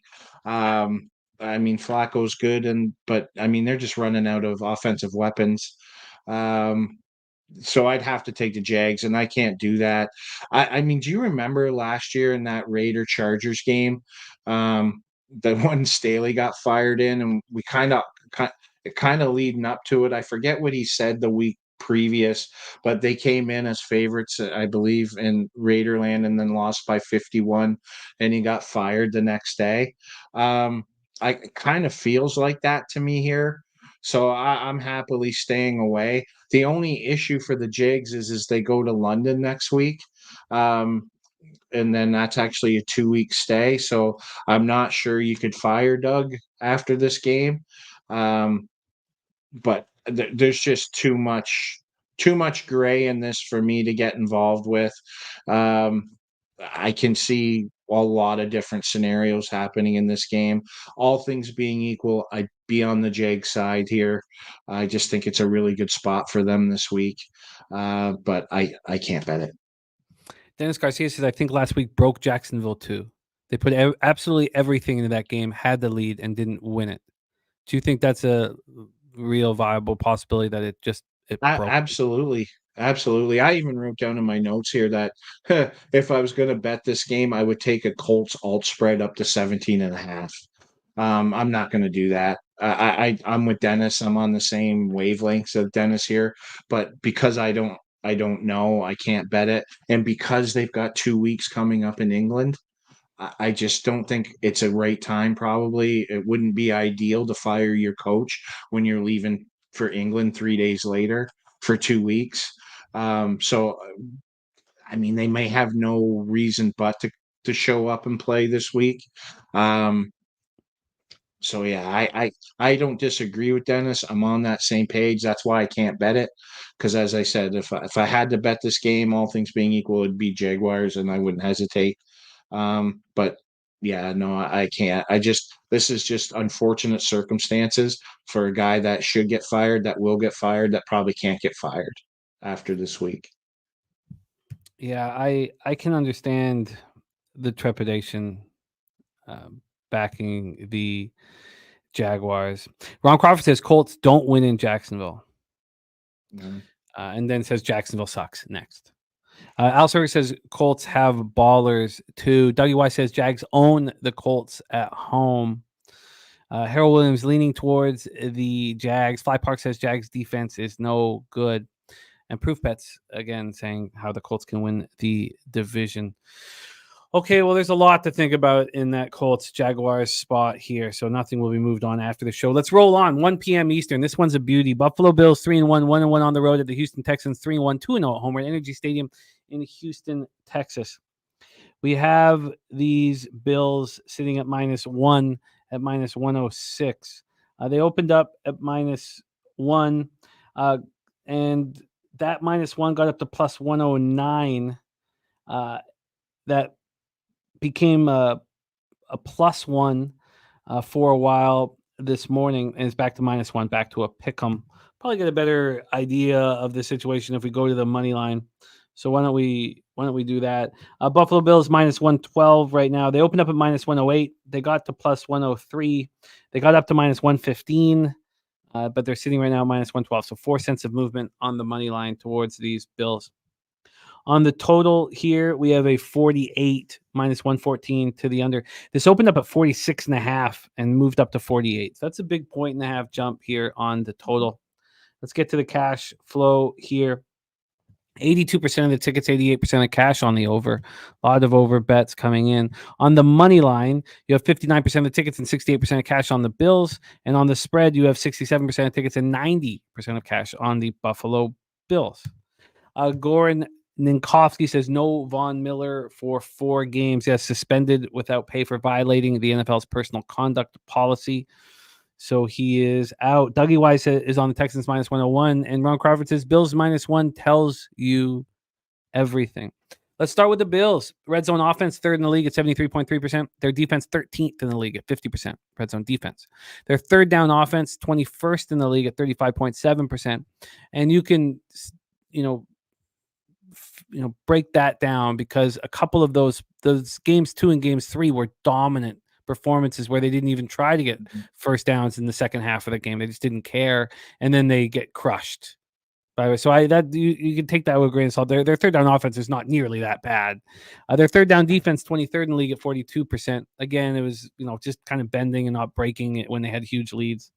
They come in off their first loss of the season, 35-10 at Baltimore. 8 consecutive regular season wins. That was the longest active winning streak in the league. Gone. They also had 43 straight regular season games without a loss by 6 or more points. That was an NFL record streak that also came to an end. The Bills were dominated in this one. Outgained 427 to 236. Josh Allen was 60-29 for 180 yards, no touchdowns, no picks. Ran 5 times for 21 yards, lost a fumble. Khalil Shakir caught 4 for 62. The Allen to Shakir connection had 30 consecutive targets caught until a pass breakup late in the second half. That was the most in a row by a receiver since at least 1991. That's right. Impressive. Keelan Coleman caught 3 for 51. James Cook ran 9 times for 39 yards, caught 1 pass for 9. The defense looked bad. Ravens averaged 7.9 yards per play. Ravens ran the ball down the Bills' throats. 34 carries, 271 yards. They averaged 8 yards per carry. They allowed the Ravens to go a perfect 4-4 in the red zone. The pass rush finished with 1 sack, 3 quarterback hits, and safety Taylor Rapp is now in concussion protocol. And, of course, Von Miller gone. Let's talk about the Texans. Red zone offense, 4th in the league at 72.7%. Their red zone defense is bad, 28th in the league, 75%. Their 3rd down offense, 15th, and their 3rd down defense is 21st in the league. They allow first downs on 3rd down 40.4% of the time. Coming off a tough 24-20 win that saw C.J. Stroud throw that touchdown pass with 18 seconds left to secure victory. Outgained the Jags 435 to 313. Stroud was 27 of 40 for 345 yards, 2 touchdowns, no picks. Third, it was his. Because we're talking about Nico Collins. Sorry, Nico Collins had another monster game. 12 catches for 151 yards and touchdown. It was his 3rd 100-yard game this season. So Nico Collins has 489 yards receiving this year. He's the first Texan to surpass 450 yards receiving in the first 4 games of a season. Stephon Diggs had 5 for 69. And with Joe Mixon and Damian Pierce out, Cam Akers ran 13 times for 53 yards. Both Mixon and Pierce are listed as questionable this week. They were 7 of 13 on 3rd down, 3 of 4 in the red zone. The defense held the Jags to 4 of 12 on 3rd down, but the pass rush was very weak. 1 sack, 3 quarterback hits. Tank Dell missed the game with hand and rib injuries, and he's listed as questionable this week, as is safety Jimmy Ward. Take it away for us here, Birdie. Bills, Texans, Energy Stadium in Houston, Texas. Yeah, the Bills certainly couldn't have looked any worse on primetime than they did last week. One thing we didn't really mention last week, too, which was kind of a negative situational spot for the Bills against the Ravens, is I am very confident that Josh Allen and Sean McDermott had this game against Houston circled and circled and circled and circled. I don't think I can overstate enough what beating Stephon Diggs next week will do for this Buffalo Bills team, especially Allen and Sean McDermott. I mean, they were tormented by this guy. He was just a knob when he was in Buffalo. I think there's a very big, high motivation to go into Houston and shut Diggs down. Easier said than done, and get the win. But as I said, Houston beats bad teams. They beat bad teams last year. They struggled to compete against good teams. Again, they beat Cleveland. People will probably reference, and I would argue that Cleveland's not a good team. And definitely kind of trending that way again this year. They certainly have had some struggles on offense. Now, in fairness, they've had a big personnel turnover on defense, and they've had some personnel turnover on offense, and sometimes that takes time to get going. But I think you've got a embarrassed Bills team coming off a primetime game. You've got them playing Diggs in a game that they're going to be highly motivated to do well in and get the win. And I just think the Bills are a better team with Josh Allen still at quarterback. I love Stroud, but I think Allen's still a beast, and getting him off a horrible game the week before is something that I like here. And I just don't think that the Texans are the way they play offense is not the same as the way the Ravens play offense. It's hard for Houston to attack Buffalo in the spine of that defense up the middle where they're kind of weak. I think that's probably going to be a struggle for them. And in those situations when teams can't do that, give me Buffalo all day. So I'll take the Bills money line, and I'll take Bills double result plus 175. Bills double result at plus 175. And then the Bills money line, I'm in a line shop there. Von Miller actually had started the year better than we had expected him to. His exodus now, we've talked about the difficulty this pass rush has had at times. Now, there's been times when, Rousseau and Epinesa have stepped up in a big way, but are you concerned at all now that Von Miller's gone for 4 games that they won't be able to develop a pass rush or a decent pass rush? What are your thoughts over at least the next 4 games with Von Miller out? Excuse me. No worries. Yeah, I think they're going to be fine. Espinosa's back. I mentioned that last week. Yeah, that kind of came out of nowhere for me. Sorry. That's huge for them, right? So I think they'll be fine. It is a loss because he has quietly played really well. And got 3 or 4 sacks already. Vaughn has. It's definitely going to be. They're definitely going to miss him. Probably long term, it's going to hurt. But they have the Jets next week, so potentially it affects them a bit more maybe in that game. But then you have the Jets coming off this European travel. I'm not sure that's a great spot for the Jets either. Sorry, I don't have what they have in week 7 and 8 written down here, but I think they'll be fine. I just think the motivation to get Diggs this week is going to it's going to elevate them. It's going to elevate the whole team. They're going to rally around quarterback. I don't see that Josh Allen has a leadership issue on this Bills team. I think guys will go that extra mile for him this week. So to answer your question, I don't think it's going to be felt at least in the next 2 weeks. Very, very interesting breakdown. Bills double result for Birdie at plus 175. Bills money line at minus 112. I'm interested. I'm very interested in joining you on that one. We roll on to afternoon action, 4:05 p.m. Eastern. We have the Las Vegas Raiders 2-2, 1-1 on the road. At the Denver Broncos 2-2, 0-1 at home. Empower Field at Mile High. 76 Fahrenheit, 76 miles per hour. It's beautiful, beautiful afternoon Sunday in Denver, Colorado. Let's go into the line history here for Raiders, Broncos. I've got the money line up, so let me switch over to the point spread and let's roll. We have the Broncos at -3 or -2.5. Penny hanging at 2.5, but this opened up at 1.5. It moved up to a 3. It wasn't a legit 3. It was plus 105 for the Broncos. So the -2.5 is -118. So it's moved a point and juice. So it's basically it's moved 1.25 points, you could say. Let's get into the total here for this spot. We have a 36 on the board, -107 to the under. This opened up at 37, so we've dropped a point down to 36. And cash flow for this one, we have 89% of the tickets and 76% of the cash on the Raiders. I'm very surprised to see that. And then on the total, we have 88% of tickets and 84% of cash on the over. The Raiders' red zone offense, 7th in the league at 70%. Red zone defense, 17th at 57.1%. Third down offense, 26th in the league at 32.7%. And their and their third down defense is 8th in the league at 31.3%.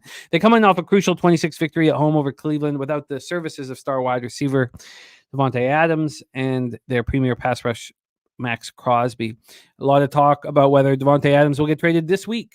A lot of talk about him possibly being on the move, dealing with the hamstring injury right now. Gardner Minshew struggled 14-24 for 130 yards, no touchdowns, no interceptions. But the ground game that hadn't done anything all year. They hadn't run for more than 55 yards, and the game went for 152. Alexander Madison ran 5 times for 60. Zamir Wright ran 17 times for 50. Did lose a fumble. The Raiders had 5 different players with runs for at least 10 yards. That's the highest number since 2010 for them. They also became the first team since 2010, since the Jets in 2010, to have 2 receivers score rushing touchdowns, in DJ Turner and Trey Tucker. Jacoby Myers led receivers with 5 catches, 49 yards. Trey Tucker was next with 5 for 41. They were just 4 of 12 on third down, 2 of 3 in the red zone. And the defense was strong despite playing without Max Crosby. That's his first game he's ever missed. Crosby dealing with a high ankle sprain. He hopes to return this week. Pass rush had 3 sacks and 11 quarterback hits, held the Browns to just 241 yards, 3 of 10 on third down, held the Browns to 1 of 2 in the red zone. Of course, we'd mentioned how the Browns had come in 4 of 4 in the red zone. Diablo with the oblique injury, their linebacker, Mumford, and their cornerback, DeCamarion Richardson, with a hamstring injury. Michael Mayer, also a tight end, did not play. And there was the first time that Adams had missed a game in his Raiders tenure, but it happened on Thursday in practice. So keep an eye out him. I don't expect him to play this week, and he could, as I said, get traded at any moment. Talk about the Broncos. Red zone offense, 31st in the league at 33.3%. Their third down offense, 31st in the league at 24.6%. But this defense, second best red zone defense in the league at 28.6%. Third best third down defense in the league at 28.3%.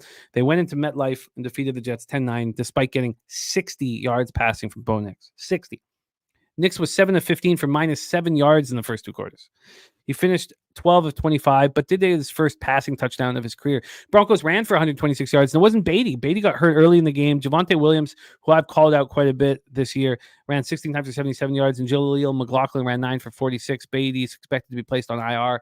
Cortland Sutton caught 3 for 60 and a touchdown. No one else caught for more than 3 yards. The defense was very strong.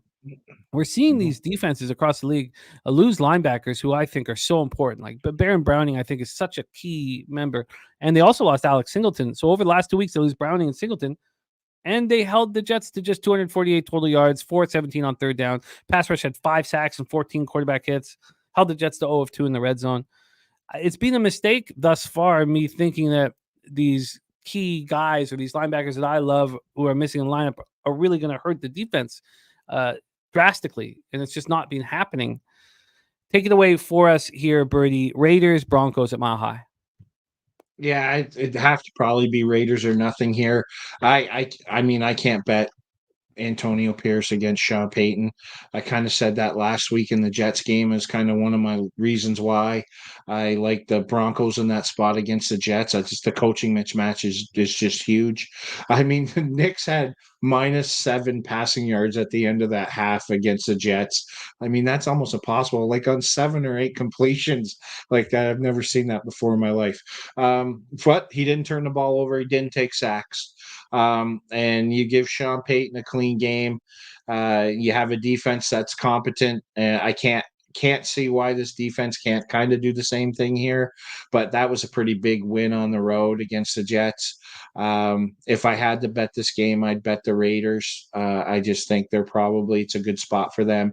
I think they've won 10 in a row or 12 and 1 in the last. It's a godly number where the Ravens have just won over and over and over, and that's probably going to end some point. I wouldn't bet against it this weekend. So yeah, it'd be Raiders or nothing, and I'll be passing. Dennis Garcia is saying the same thing. Says Denver with expectations this week off back-to-back upset road wins. Las Vegas spot. Jared TG says I'd love the Broncos at the pick'em price tag, but not -3. Yet another pass for me. What about this under? I mean, the Broncos aren't scoring. Their defense is being excellent. The Raiders are likely to have Max Crosby back. They're playing, you can say what you want about Minshew, putting you to sleep with 130 passing yards, but he's not making mistakes. What do you think of the under in this one? Actually, do you want to know what? I've been kind of looking at the over here. It kind of reminds me of the Pittsburgh game last week where no one was betting the over in that Pittsburgh game. I'm not sure the Raiders get enough of a pass rush if what's his name? Crosby? No. Yeah. Max, yeah. If Max doesn't play, I think this is probably for sure an over. If he plays, I'm not sure. I don't know if you've seen this Denver Broncos offensive line and their win rates. They're off the charts. So I'm not sure the Raiders are going to get much of a pass rush here, and their secondary is not the Jets secondary. I just have a feeling we're going to see some points in this game, to be honest. I'd lean the over here. Totally understand why people would bet the under based off what we've seen from these teams, but I would just take a second probably and just go back to the history of these games and just see where those totals kind of fall. I think you'll be kind of surprised. And Al Cervix saying he's been killing Denver in-game unders, but these low totals are starting to bust as offenses catch up.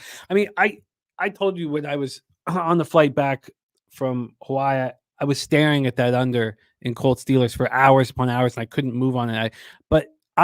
For me, it was pretty clear that Justin Fields is starting to roll.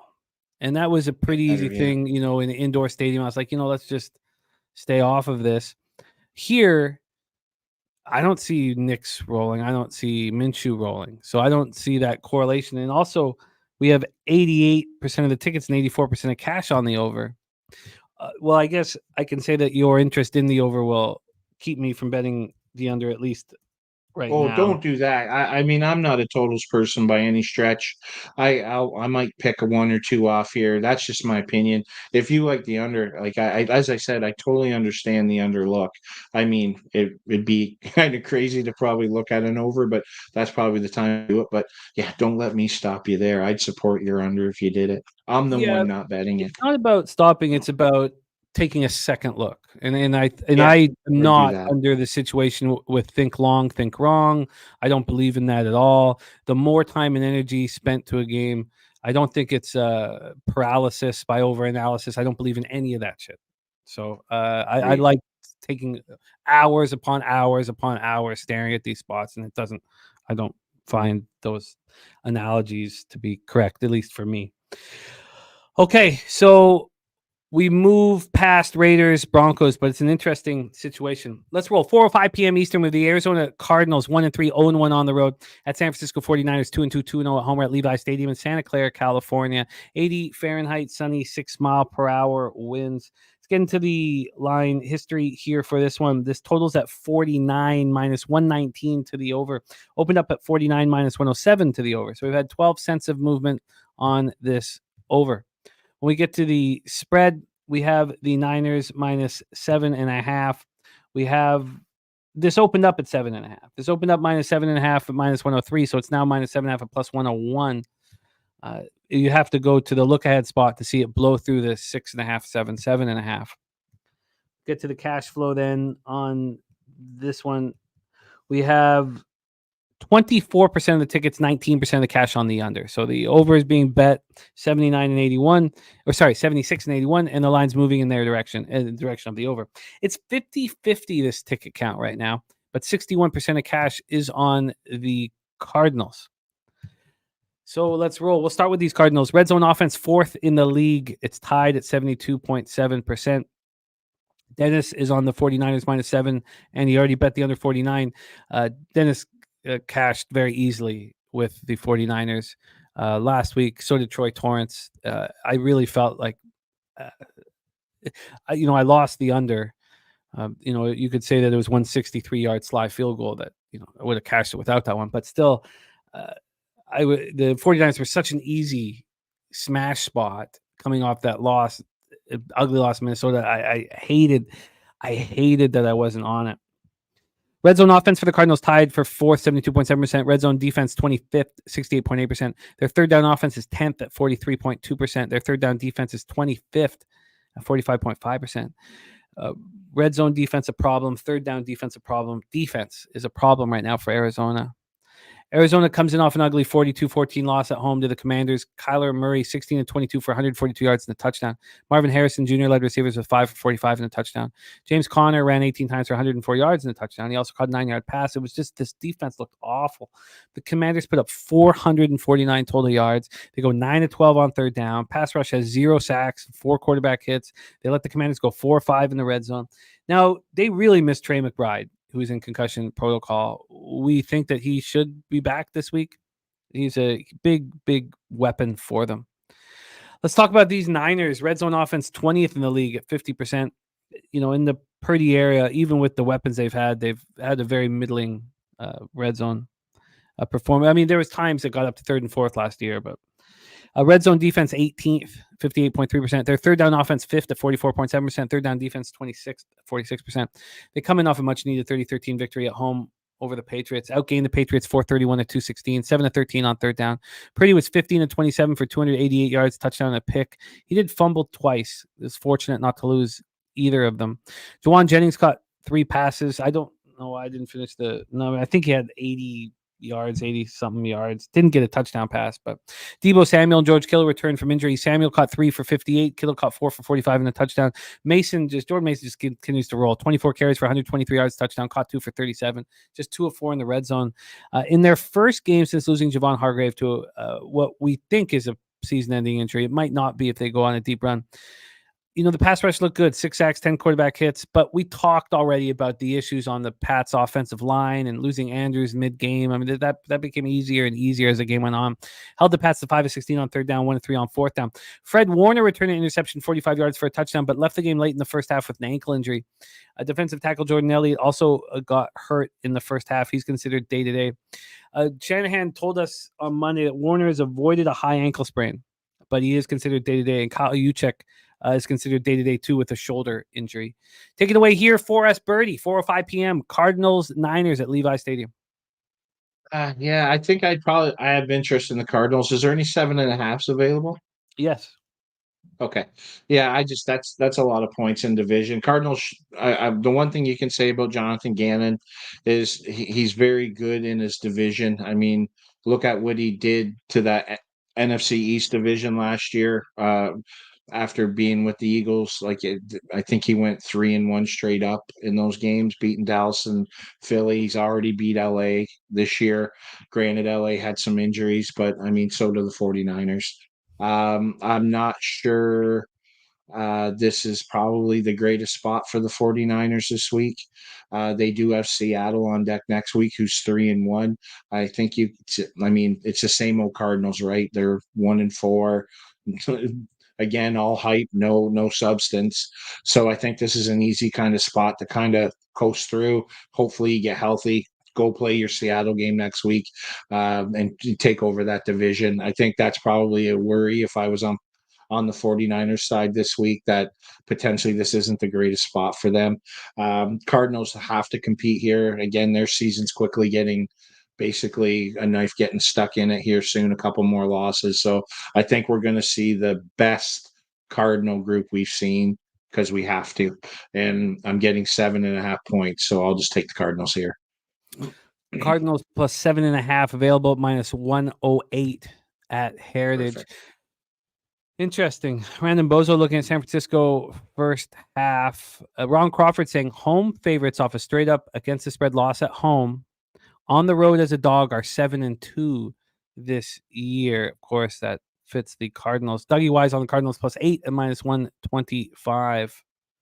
And again, Harold Williams saying 49ers are past. Dennis Garcia on the 49ers -7, and you already bet the under 49. Yeah, I'm going to need more time here with this one, but I can understand the discomfort in the situation for the Niners. A very, very easy victory over the Patriots, knowing that Seattle is next week. And I believe that's a Sunday nighter or even a Monday night. I believe that's a standalone. Thursday. It's a Thursday nighter. Okay, yeah, it's a standalone. Yeah, so short week too. Kind of like, yeah, that also factors too. Yeah, that's I get it. I absolutely get it. So Birdie on the Cardinals +7.5 at -108. Move on to 4:25 p.m. Eastern with the Green Bay Packers 2-2, 1-1 on the road at the LA Rams, 1-3, 1-0 at home. We're at SoFi Stadium in Inglewood, California. Getting to the line of history here for this one, we have Green Bay -3 at -117. They opened up -3.5 at -109. It's sort of still a 3.5 at plus money. At 3.5, this opened up -3.5, -109, became -3.5 at +107. That was this morning at 10:07 a.m. before they moved it to 3. So there it is, a 3, a juice 3. Now you can get the Rams at 3.5 and pay for it, or you can get a plus money spot at 3 for the Rams. This total's at 47.5. It opened up at 46. It got up to 48.5 before there was buyback. Now we have 47.5. That's still a 1.5 move towards the over. We get into the cash flow for this Packers Rams spot. You have 47% of tickets and 68% of cash on the LA Rams. On the total, you have 75% of tickets and 93% of cash on the over, and we've seen it climb. Talk about the Packers' first 23rd red zone offense, 46.7%, 23rd red zone defense, tied there, allowing touchdowns 60% of the time.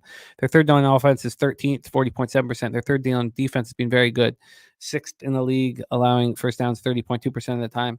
Packers coming off a 31-29 loss at home to their hated NFC North Division rival. The Vikings fell behind 28-0 before mounting a comeback.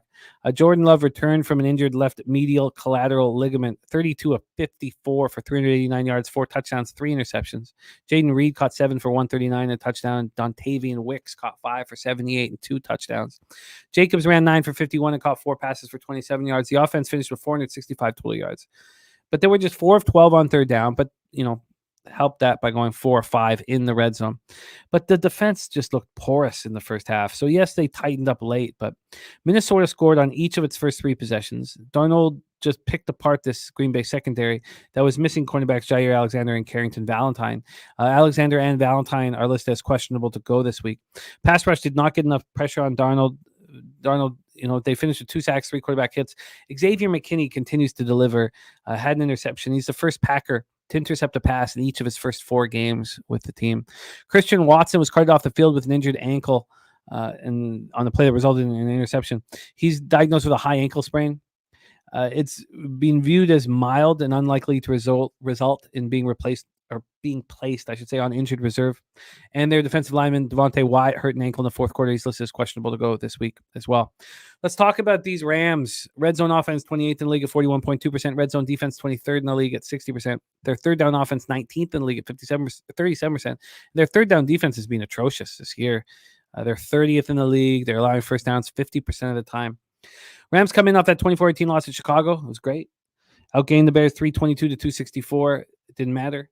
Stafford was 20-29 for 224 yards and an interception. He also lost a fumble.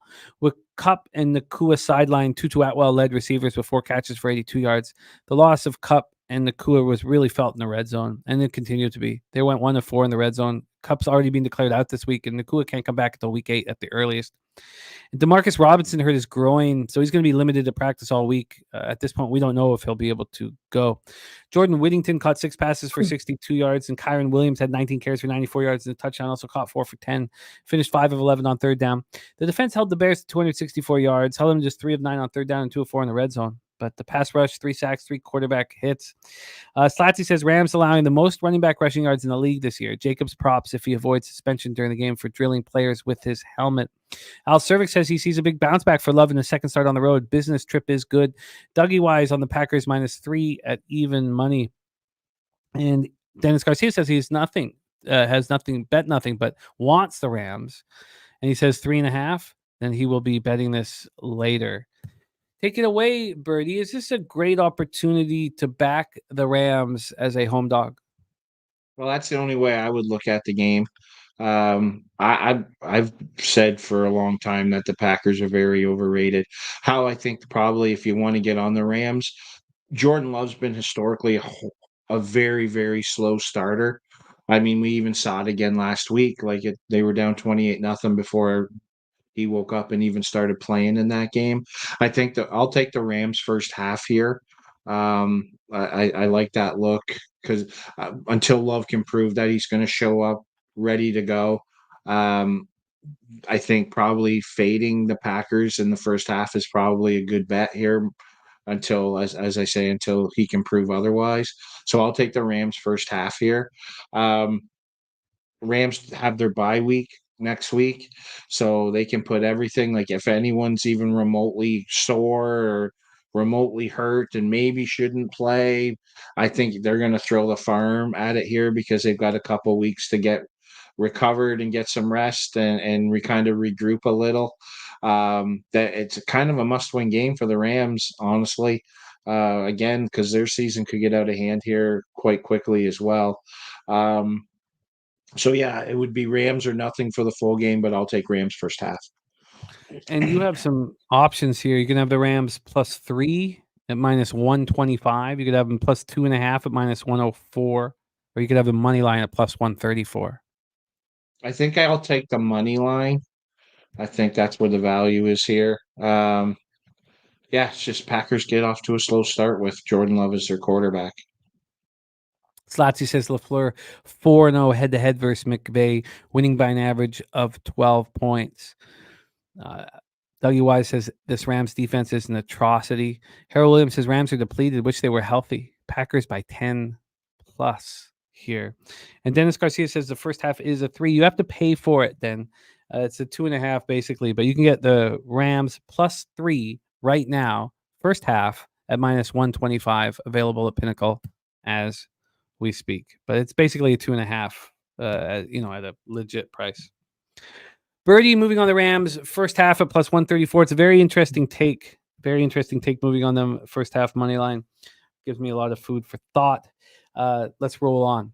4:25 p.m. Eastern, our next spot on the board. New York Giants 1-3, 1-1 on the road at Seattle Seahawks, 3-1, 2-0 at home. We're at Lumen Field in Seattle, Washington. 63 Fahrenheit, sunny, 5-mile-per-hour winds. Let's get into the line history here. Let me just move back to full game and let's roll. We have the Seahawks -6 at -107. They opened up -6 at -109. So we've had just a very light 2-cent move towards the Giants. We take a look at the total here in this one. We have a 43.5 at -107. That's exactly where it opened. Now it opened this morning, Tuesday morning at 11:17 a.m. So it has not moved there.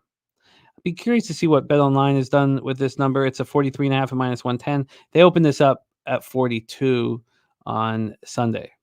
So 42. So it's gone up 1.5 points there, but it's not moved at Penny. Let's get into the cash flow. Al Cervic saying Neighbors out. Thinking Neighbors is out. I mean, they're certainly not going to rush him back from the concussion, but it's left to be. We don't know at this point, but you don't rush a player like that, kid like that. 89% of the tickets and 95% of the cash is on the over. Wow, 89 and 95. On the spread, we have 79% of tickets and 93% of cash on the Seattle Seahawks. Start with the Giants. Red zone offense, 20th in the league at 50%. Their defense, 6th in the league at 40%. Their third down offense, 21st in the league at 35.7%. Their third down defense is 15th in the league. Line first downs 35.4% of the time. Giants come in off extra rest and prep after losing 20-15 on Thursday night at home to the Cowboys. They've yet to score a TD at home this year through 2 games, but we're on the road here. Danny Dimes was 29 and 40 for 281 yards in the interception. Malik Neighbors had another monster game, 12 catches for 115 yards, but sadly he left the game with a concussion and is now in concussion protocol. Wan'Dale Robinson is being a great wingman for Neighbors. He caught 11 passes for 71 yards, but this run game was anemic. 26 yards they combined for. 26 yards on 24 carries. The Cowboys had come in allowing 185.7 yards per game on the ground, and the Giants were able to get 26 yards. They struggled on third down because of their weak running game, 5 of 16. They were 0 of 2 in the red zone, but the defense was strong throughout. Held the Cowboys to just 293 total yards, 3 of 10 on third down. That's not easy. They gave the Cowboys just one red zone opportunity. Look, I was on the over on the Thursday nighter, and it just blew up my face. Pass rush failed to menace, 1 sack, 3 quarterback hits. Let's talk about these Seahawks. Red zone offense, 11th in the league at 60%. Red zone defense, 15th at 53.3%. Their third down offense is 17th in the league at 39.6%, but their third down defense has been very good, 4th in the league at 28.9%. And now they're on a short week. They lost 42-29 at Detroit, outgained the Lions 516 to 389 in the loss. Geno Smith was 38 of 56 for 395 yards and a touchdown and a pick. He also ran 5 for 38. The Seahawks had 38 first downs in that football game. DK Metcalf caught 7 passes for 104 yards, also lost a fumble. Tyler Lockett had 5 catches for 61 yards. Jackson Smith-Njigba had 8 catches for 51 yards. Kenneth Walker had 12 carries for 80 yards and 3 touchdowns. He also caught 4 for 36. He looked very good. They finished 5 of 10 on third down, 3 of 4 in the red zone, but Mike McDonald's defense got gashed. Jared Goff was a perfect 18 for 18 against them. Lions put up 7.8 yards per play. Were a perfect 5 for 5 in the red zone. Pass rush had 3 sacks and 4 quarterback hits. This defense is beat up. So Julian Love leaves the game with a thigh injury. We already, so there's a defense back, but we already don't have Nwosu, a defensive end, Leonard Williams, another defensive end, linebackers Jerome Baker, Boye Mafe, and Byron Murphy, the defensive tackle, all hurt, all banged up. And now we have a short week. Who's coming back? Is this too many points for the Seahawks, or is this a buy low spot after the debacle in Motor City? Take it away, Birdie. Oh, I love the Giants here. So I'll take the Giants +6 in the Giants money line. This is just an awful spot for the Seahawks. Now, the Bucs and the Rams both lost by 20 plus the following week after playing the Lions. The Lions are a team kind of like the Chiefs now, where teams are really gearing up to play them. The Seahawks couldn't have played any better last week and not come out with a victory. This is just a horrible spot. Seahawks have 49ers on deck next week, and now you got the lowly Giants coming into your house, and that in itself is probably a very solid play for the Giants, but you add in that extra rest too now. I think that's where that's meaningful this week, just in preparation. So I mean, I would be looking at probably Seahawks team total under here too, probably. But I love the Giants here this week. This is my favorite play of the week. I think this is a stronger play than the Jags last week, just given the situation for the Seahawks and how this is just such an easy letdown spot and look ahead spot, because they got to be looking at the Niners next week. I mean, they have divisional hopes now. That 3-0 start give them a little hope, but they are seriously injured. You've got to take a big breath now coming home, playing the Giants. I wish they had a one, because that would have strengthened this spot even more. But I mean, the fact that they put up the numbers they put up, this is an easy fade for me. You don't repeat those numbers the following week, especially against a team you can overlook. I just love this spot here for the Giants. I love it. I love the breakdown. My question is, though, when Malik Neighbors is announced out, which we think is the most likely situation, are we going to get an even better number than the 6? Or do you think that's going to be tempered by the Seahawk injuries? No, we'll get a better number than the 6. Probably maybe 6.5. I mean, these guys, I mean, they've already bet it down, right? Like, didn't this come out at 7 or 6.5? Where was it? My line. No, I mean, it depends. I have it written down here. Depends if you at what book we 6.5. Yeah, so the early last week was 6.5. So this has already come down. So perhaps the Neighbors is already baked into this. I would say it's baked in now that it's at 6 and not 6.5. So it's probably baked in. So it might not move that much. But I mean, no harm in waiting. I mean, the only thing that could happen, I suppose, is that Seahawks just get more injury news and the line comes down a little bit farther, or the Sharps bet that. I mean, they're going to be hammering the Giants this week. So that line probably only comes one way. So that's why I'm okay with doing it today. Yeah, But up to you. Like, I get it. No, I think I want to get in here. We do have, the extra rest and prep, which does give Malik an opportunity to come back. We're not talking about 7 days. We're talking about 10. And I think all of that will be tempered with the announcements of all the Seahawks who aren't going to be available here, who are going to be also, if you're questionable, you get saved for the Niners. So That's right. Yeah. Oh, I love this. I'll be betting this evening as well. And if I want to go in again at 6.5, I'll be fine doing that. Jared TG says, if you're on the Giants, wouldn't you want to see it go to plus 5.5, given how often that angle cashes? Absolutely. Yeah, absolutely would. But I feel comfortable here with the 6, expecting it to go to 5.5. I'm going to get in. I'm going to get involved. I'm with Bird. Now, I'm not going to take the money line. But, my balls don't touch toilet water like my friend Birdie's, and I respect his money line bet. Let's roll on. Yeah. Next up, That's because I'm 50. That's when you get 50. That's what happens. Balls drop even lower? They balls drop. They hit the toilet water every day. 8:20 p.m. Eastern, we have our Sunday nighter, and it's a thing of beauty. Dallas Cowboys 2-2, 2-0 on the road at the Pittsburgh Steelers 3-1, 1-0 home. Acrisure Stadium in Pittsburgh, Pennsylvania. 70 Fahrenheit, showers, 8 miles per hour. Now, again, showers, it could be nothing. It's not rain, it's showers. So we got to keep a very close eye on how that develops here throughout the week. Again, this is Tuesday, so let's not get too caught up in the weather. Let's start with the line history here on this one. These Pittsburgh Steelers are -2 at -1. or -113. So we've had 7 cents of movement to the 2. There are 2.5s here on the board. And look, there's a big difference between 2 and 2.5, as we saw with the Falcons this past week. I had the -2 and got the push. Very, very, very important. So the 2 is there. And let's get into the total for this one. Our Sunday nighter, this is going to be a lot of fun. The total is sitting right now at 43.5. That's juiced to the under. This opened up at 42 and has climbed up to 43.5. There are 43s at other books, 43 at MyBookie, 43 at Will Hill. There's a 42.5 at Bovada and Bookmaker, slightly juiced to the over. So that's the situation for the total. It is climbing. When we take a look at the cash flow, you have 83% of the tickets and 92% of the cash on the Dallas Cowboys, which I find astonishing, honestly. 85% of the tickets and 81% cash on the over. Let's talk about the Cowboys first. Red zone offense, 16th in the league at 55.6%. These are bad stats. Red zone defense, 28th in the league, allowing touchdowns 75% of the time.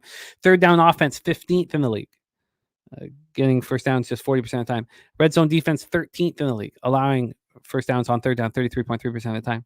Cowboys coming off extra rest and prep. That's going to help after defeating the Giants 2015 at MetLife on Thursday, but it was a very costly win.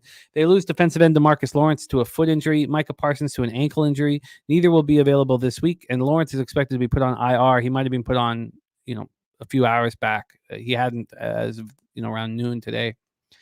Dak, 22 of 27 for 221 yards, 2 touchdowns, no picks. CeeDee Lamb caught 7 for 98 and a touchdown. Jake Ferguson caught 7 for 49. He did fumble, was fortunate not to lose it. Rico Dowdle had 46 yards on 11 carries, caught a 15-yard TD pass, but their rushing attack is weak. The offense was just 3 of 10 on third down, was successful in their lone red zone opportunity. The defense came in allowing an average of 185.7 yards per game on the ground, and then completely stifled the Giants to the tune of 26 yards on 24 carries. Now, you can blame the Giants' weak run game for that. The pass rush had just 1 sack and 3 quarterback hits, and that sack was from DeMarcus Lawrence, who's now going to be put on IR. So you have Kalen Carson, their rookie starting quarterback, and backup safety Marquise Bell inactive after being listed as doubtful. So Andrew Booth started for Carson, and he was relieved by Amani Oruwariye, who got the interception, that lone interception. Oruwariye took over from Booth in the second half. Let's talk about these Pittsburgh Steelers. Red zone offense has been weak this year, 27th in the league at 41.7%. Red zone defense been very strong, 4th in the league at 36.4%. Their third down offense, 8th in the league at 43.9%. And their third down defense strong, 11th in the league, allowing first downs 31.9% of the time. Steelers come in after their first loss of the season, 27-24 at Indianapolis, 404 yards of offense in the defeat. Knockout Anthony Richardson and Joe Flacco came in and threw two touchdown passes. Justin Fields was 22 of 34 for 312 yards and a touchdown, no picks. Also ran 10 times for 55 yards and 2 touchdowns. Did fumble twice, losing one of them. George Pickens caught 7 passes for 130 yards, but that was a costly red zone fumble. And he deserved to fumble the ball. If you're going to have the ball hanging out like that, you're going to palm the ball like that, and you deserve to have it knocked out of your hand. Frymouth caught 5 for 57 yards and a touchdown. Steelers were 6 of 13 on third down, 3 of 4 in the red zone. Cordero Patterson replaced Jalen Warren and was far more productive than Najee Harris until he got hurt. Patterson finished with 6 carries for 43 yards, and we don't expect him to be available this week. The Steelers' top-ranked defense allowed a season high in points, and that 6-game regular season winning streak came to an end. The defense couldn't get stops in crucial moments. Colts finished 8 of 15 on third down and went 3 of 5 in the red zone. The pass rush was strong despite losing Alex Highsmith last week to injury, or 2 weeks ago to injury. Didn't play last week. They finished with 2 sacks and 8 quarterback hits, so Highsmith will remain out of the lineup. That's being confirmed. He will not play, still dealing with a groin injury. Right guard James Daniels, running back Cordell Patterson, and linebacker Nick Herbig all suffered ankle injuries. Patterson was carted to the locker room.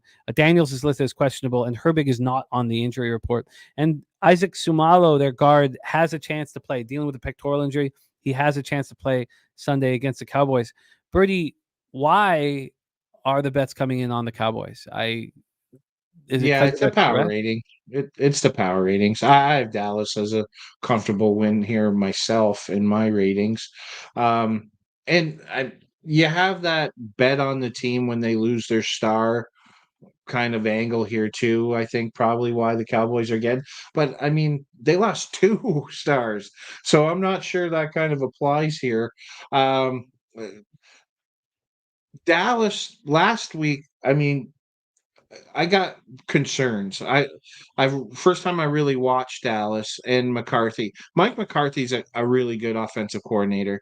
He's known for scoring points. He scored points in Green Bay. He scored points last year with this Dallas offense. And then they started slow. And then last week, Dak comes out, throws 2 passing touchdowns very quickly in that game. And then all you saw out of McCarthy is, regardless of where he got the football, it was just, how do I get the ball far enough that my field goal kicker can kick us a field goal? He just stopped trying to score points. I mean, there was a minute and a half left in the first half. They had a timeout. They didn't even give themselves even a sniff, even a chance to move that ball down the field to go get points. He's just, when you start coaching out because you're fearful of mistakes to save your job, I got news for you. You're already fired.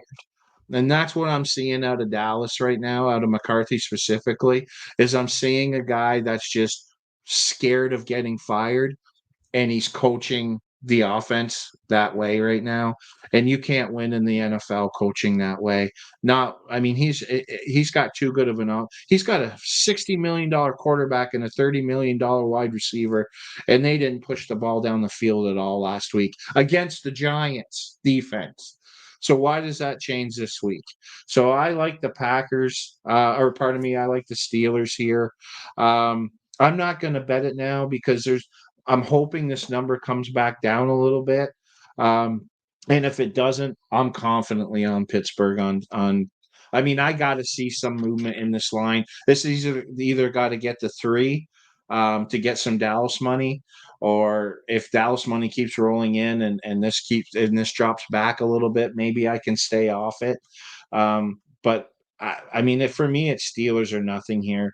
Dallas won their game last week. Steelers didn't. Probably should have. They are. I was listening to a Tomlin interview before we came on here. Sounds like Herbert's fine. Sounds like he's expecting that offensive lineman back. Sounds like Patterson was playing, I think. He was very confident in the injury report this week. And really, how's Dallas stopping the run? I know Najee. I know Indy struggled, but you lost Lawrence, you lost Parsons, you no longer have a pass rush. You're struggling to stop the run as it was. And something I would look out for this week too is a lot more Justin Fields running. Tomlin kind of tipped it in his interview, in his press conference today, I think, very slightly. I think you're going to see a lot more design runs for Field this week. I mean, they didn't do any of that. They had none of that in their playbook last week, the Steelers, and that hurt them. It hurt them in that game. You have a weapon there. I think they're kind of realizing that, and you're going to see some design runs for him this week. So for me, it's Steelers or nothing, and I'm waiting. I need to see something happen with this line. I'm astonished that 83% of the tickets and 92% of the cash would be on the Cowboys. On the money line, it's 38% of tickets, but 76% of the cash. I mean, what expectation do you have? Would anybody have of this Dallas pass rush when you take Parsons and Lawrence off of it? You see it every week on the Steelers. The priors on the Steelers, all these talking head professionals were betting under Steelers win total. They're so invested in this anti-Steeler looks from preseason. It wouldn't matter if the Steelers, Tom Brady came out of retirement, or Peyton Manning, and they were getting 500 shots a game. The Steelers aren't winning this year. And you see it every week. Like, they line up every week. This is the week the Steelers are going to lose. This is the week the Steelers are going to lose. They finally got their loss last week. And they don't even care that Dallas lost Parsons and Lawrence on a defense that was horrible already. And you just take out the top 3 player in the league and a solid rusher in Lawrence. This is just more about priors and how these guys look at Pittsburgh as a whole, and the fact that they're so heavily invested on their unders. I think probably it might switch here soon if they can get a couple more wins, because you're gonna see hedge money come back in to try to get out of those bets. But right now it's a straight fade of the Steelers. Doesn't matter what the Steelers do. Doesn't matter. Financially free and focused, looking at Fields' rushing attempts. I mean, the SGP is coming together because you could take the rushing attempts or the rushing yards. You don't want to bet on both because you don't really get the benefit of it. But you could take the rushing yards, anytime touchdown, and Steelers money line. Feels like that SGP for Sunday Night Football is coming right together here. Dennis asks, what has Pittsburgh done on offense except put up garbage points last week against a bad defense? And I get that it was not a great performance until they needed it, and he still with that fumble late cost them any chance of getting back into it. But if I go back to my worksheet from last week, the reason why I didn't bet the under in that Colts game was because I was afraid that Fields was starting to get more comfortable with the offense and is capable in an environment like, indoor and Indy to roll. But here, let me just pull up the information I had. Can I say something while you're doing that, Jimmy? Yeah, please do. Okay, so Dallas plays week 6 at home versus the Lions. You can get the look-ahead number right now, Lions -3. I've smashed that already. If you cannot get access to it, anyone that's watching this show, highly recommend smashing the Lions -3 right now for week 6. Anyway, go ahead. Yeah, no, that makes a ton of sense. Should move on that immediately, and I will. Justin Fields in that game against the Chargers, a strong defense, was 25 of 32 for 245 yards, touchdown, interception. I can hear what you were saying, Dennis, and I'll take some extra time. I don't know if I move on this right away. Ron Crawford says Pittsburgh plus 3.5 and under 49, lock it in for Sunday. But I hear what you're saying, Dennis, and I'll take a little bit more time here on it. But I feel like the Steelers are the spot, and then you take Fields.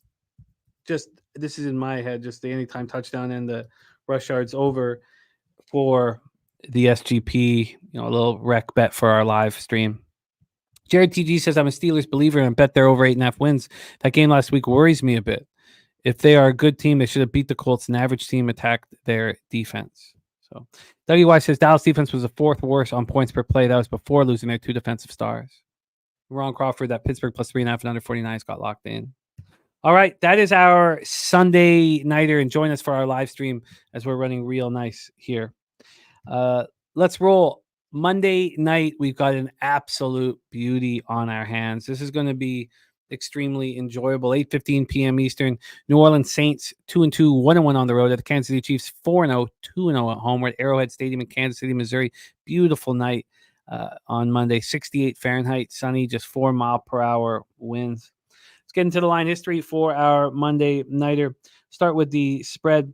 New Orleans is +5 at -111. Opened up at +5 at -106. And I want in, but I've been fading the Chiefs constantly all season long, and it's not gone great. I was successful. And I didn't have to bet the Chargers last week. As you guys know, my dad sent me a $200 bet on the Chiefs at -7.5, and then did it again at -7. The 7 push, 7.5 cash. So I didn't need to bet it. I just didn't send in his action, and so it doesn't count for my record. But I got paid for the fading the Chiefs. This total opened up at 43.5, and it's now at 42.5. And I want to do it again. I want the Saints right now. Dennis Garcia says Kansas City was -6.5 on the look ahead, and it dropped to 5. Why? Says love Kansas City here and love the under. Well, this is why the show is so helpful. And let's roll here. Arrowhead Stadium in Kansas City, Missouri. Take a look at the cash flow then for this spot, the Monday nighter. 59% of the tickets and 84% of cash on the Saints. 16% of the tickets and 59% of cash is on the under. 16 and 59 on the under. And we've seen this go from 43.5 to 42.5. Interesting. Let's talk about the Saints first. Their red zone offense, 22nd in the league at 75%. Their red zone defense is the best in the league at 22.2%. Their third down offense is second best in the league. They convert 53.2% of the time, and their third down defense is 15th at 35.4% of the time. So let's roll here. The Saints come in off a 26-24 loss to the Falcons. They gift wrapped the Falcons 2 touchdowns and lost to a team that didn't record an offensive touchdown. 3 minutes into the game, Rashid Shaheed inexplicably called a fair catch on a punt of the Saints 2, then had the ball bounce off his shoulder pads into the end zone. Kadir Hodge fell on it for Atlanta. It was just mind-boggling. Then in the second quarter, Troy Anderson picked up their car, returned 47 yards to the house. Saints outgained the Falcons 366 to 315. They had 25 first downs compared to just 14 for the Falcons. Held on to the ball for 35-42, went 3 of 4 in the red zone. Carr finished 28 of 36 for 239 yards and a pick. Olave had 8 receptions for 87 yards. And he tried to atone for the fumble with 8 catches for 83 yards. Kamara continued a great start to the season, ran 19 times for 77 yards and touchdown while catching 4 for 42. Taysom Hill ran 6 times for 24 yards and 2 touchdowns before re-aggravating the chest injury. He is listed as questionable with the rib injury. Pass rush didn't look good. 1 sack, 4 quarterback hits. Paulson Adebo had 12 tackles and 1 sack. Now he was called for the PI with 2 seconds left to set up the game-winning field goal by Young Hoku. Linebacker Willie Gay Jr. went out in the first quarter with a hand injury. They are missing players at linebacker. They already have Demario Davis out with a hamstring injury. He was inactive.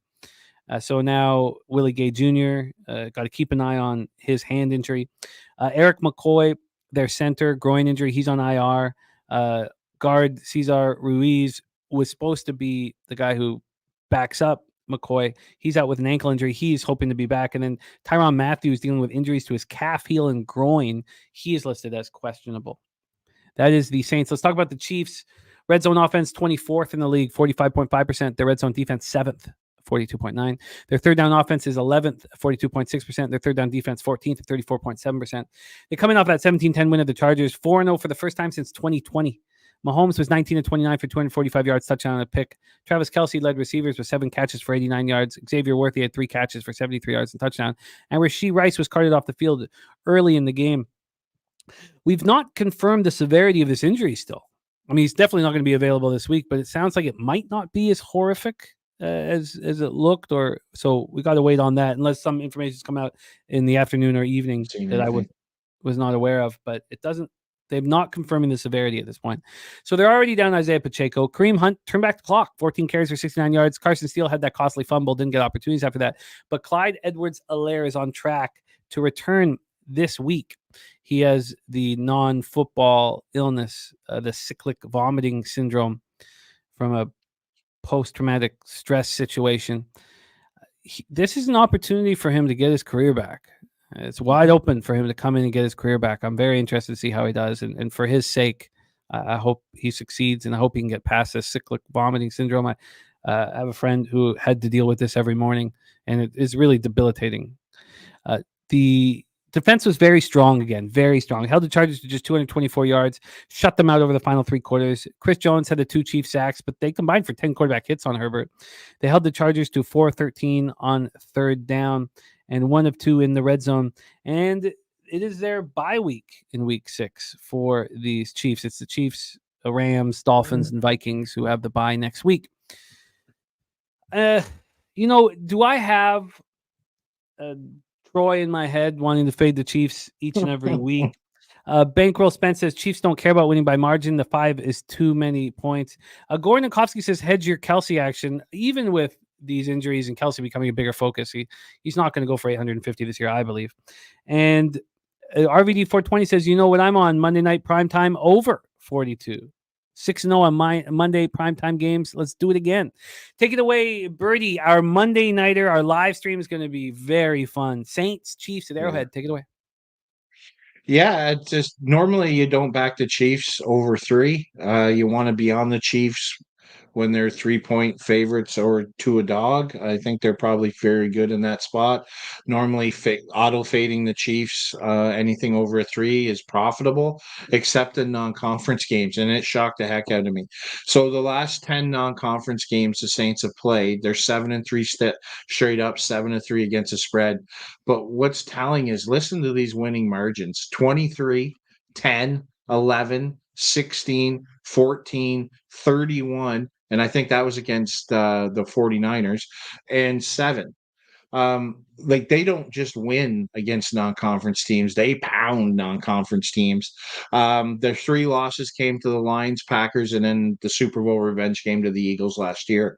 So if they don't cover games or lose, it's to high quality teams. And I don't think the Saints are fitting that mold. I really like the Chiefs here at the 5. I'll take the Chiefs at the 5 here. Saints have a divisional game next week against the Bucks. Regardless if it's the Chiefs or not, we're still talking non-conference. And in the grand scheme of things, when it comes down to tiebreakers and all those other things for division and playoffs, non-conference matters the least. Next week against the Bucks matters to the Saints. So I think this is just a really good spot here for the Chiefs heading into their bye. And wow, is Andy Reid ever smart? He brings in Hunt, right? Plays him last week. Hunt shows some signs of being able to run the football. You have Clyde Edwards-Helaire coming off probably in a make or break kind of situation for him. Can he get past this sickness? Can he get past the sickness? And what a motivation for him to protect his spot now, because they brought a guy in that kind of can take that role, his role, if it doesn't work. So I kind of like your Clyde Edwards-Helaire look here. I think if he does play and is active, he could be effective in this game with all those Saints injuries. I think that's something you definitely want to look at on Monday. But this is just a bad spot for the Chiefs, or for the Saints playing a team in the Chiefs that just beats the hell out of non-conference teams. So I'll take the Chiefs at -5 here. -5.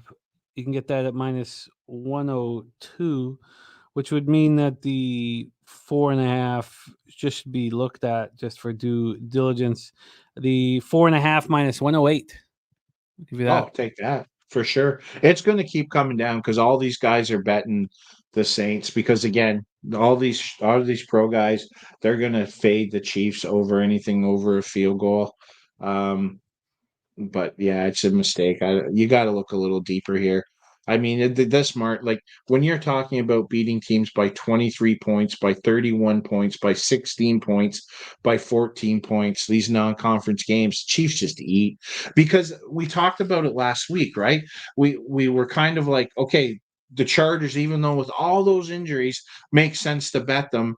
and the under, because why would Andy Reid run up a score against a divisional team when he has to play them again? Andy Reid doesn't have to play these guys ever this year. Maybe worst case in the Super Bowl. And that's why I think you see the Chiefs, when they play non-conference, explode on offense, because there is no worry about revenge. You're not giving a team motivation. And if you get to the Super Bowl, kind of regardless of what happened in the regular season, it doesn't matter at that point anyway. So, yeah, this is telling. I'm comfortable with the Chiefs, and I hope the number keeps dropping. Very, very interesting breakdown. Dennis Garcia saying Birdie knows. Rand says under or Saints, but a lot of people backing the Saints here. Al Cervic says Casey wins by at least 7. Who blocks Chris Jones? And Gordon Kofsky said, I saw Schefter on IG say torn ACL. Jimmy, yeah, we all did. So that's the tests are inconclusive. Schefter just said what we all thought, basically. The tests are inconclusive. There's articles out right now. There's a ton of them. Just right where she writes injury update. There's a ton of them that say, maybe he comes back, and if it's just not a torn ACL. That's all I at this point is what they're saying. So a lot of love here for the Chiefs, and which is why this show is so great. You can take a second look at all of this, which is what I will do here. And then our guy RVD 420 cashing on all these Monday night primetime overs, cashing. I feel like X's and O's here would be sort of an under, but I'm not going to mess with that here. That RVD's been cashing on. So there you go. But Big Daddy Boom, Leo Leon says something not correct with Mahomes. I take Saints +5. I haven't looked at the numbers yet. Mahomes looks great to me. The fact that they're 4-0 with these middling performances goes to show you how spectacular he is when push comes to shove. And it will be a great, great game to live bet. That is 14 games broken down right here for you on Pub Sports Radio. Let's review all action here. Birdie's on the Bucks +107 and Bucky Irving anytime touchdown +152 on the Thursday nighter, but he's already got the Bucks +3 in his pocket. These are just for official picks here, and I'm interested in joining on the Bucks. Then Jets Vikings is a stay off at this point for both of us, as is Panthers-Bears. Then I'm interested in that under 50 in Ravens-Bengals, a 50 in a division spot, but I'm going to need to sit with that for longer. Birdie's on the Dolphins team total under 9.5 at +400. I'm going to double dip on that first half and full game under tonight. I'm going to get that in. Then we have Browns Commanders, which we have stayed off at this point, as we have with Colts Jaguars. Then Birdie has Bills double result at +175 and the Bills money line at -112. And I want to join them on the Bills here. I'm got to sit with this total in Raiders-Broncos a little longer. Birdie with some interest in the over. I don't know if he gets to the window with it, but at least gives me time to hammer this whole cap once again, because I was looking at the under. Birdie's moved on the Cardinals to +7.5 at -108. He's on the Rams first half money line at +134. Birdie's on the Giants +6 and the money line +226. I'm betting that as soon as it shows over the New York Giants. I'm going to get that in my pocket. And then the Steelers. Birdie's waiting on that. Justin Fields anytime touchdown and the rush attempts or rush yards will be part of my SGP. It won't be an individual bet, but I think I'll rock a SGP for our Sunday nighter. And then Birdie's on the Chiefs -4.5 at -108. Birdie, spectacular job replacing our friend Troy Torrence here these last 2 weeks. Thank you so much for all that you've done for this show, giving your angles, giving your looks. A spectacular week last week at 9-6, +2.64 units, and you were unlucky. You were destined for a much bigger week than that. So very, very, very impressive. Slatsy says, I love this show. Great with Jimmy and Birdie, even if his balls touch the water. Even if his balls touch the water, says our friend Slatsy. Dennis Garcia, we love you. We love all you guys. Jared TG, Al Cervic, Slatsy, Gordon and Kofsky, Financially Free and Focused, Blue Numbers, Bankroll Spence, Chase J, Harold Williams. Thank you guys. Big Daddy Boom in the house. Ron Crawford, Jared TG. Truly, thank you. Rants, Kent Davies, Bankroll Spence, you guys, we can't do this without you. Johnny K, Dougie Wise, Coin, thank you guys very, very much for your support. We truly have nothing without you guys, and it's extremely enjoyable capping with you guys. You inspire us to work harder, and I love it. I'm very, very thankful for the opportunity, and very thankful to Jose Bouquet, who is our producer here, working tirelessly behind the scenes to make these shows look good and putting out graphics and working hard, and love it. So thank you to Jose. Birdie, my man, it's been great these last 2 weeks. I'm looking forward to watch you rock here. You're also the leader in NFL Pub Hub right now and our Season 3 champion. Birdie, please put a bow on this show. And everybody watching right now, please support Birdie on X at Birdie_bets. Asks for nothing in return, but please support our friend and colleague. Birdie, take us home, my man. Yeah, Jimmy, this was an absolute blast. I had a ton of fun. Glad Troy's coming back. This is a shit ton of work to prepare for this show. You all have no idea how long it takes to prepare for this. It's a blast. I had fun with you, and I apologize to the group right now because the eye candy's leaving. Win them all this week, bitches.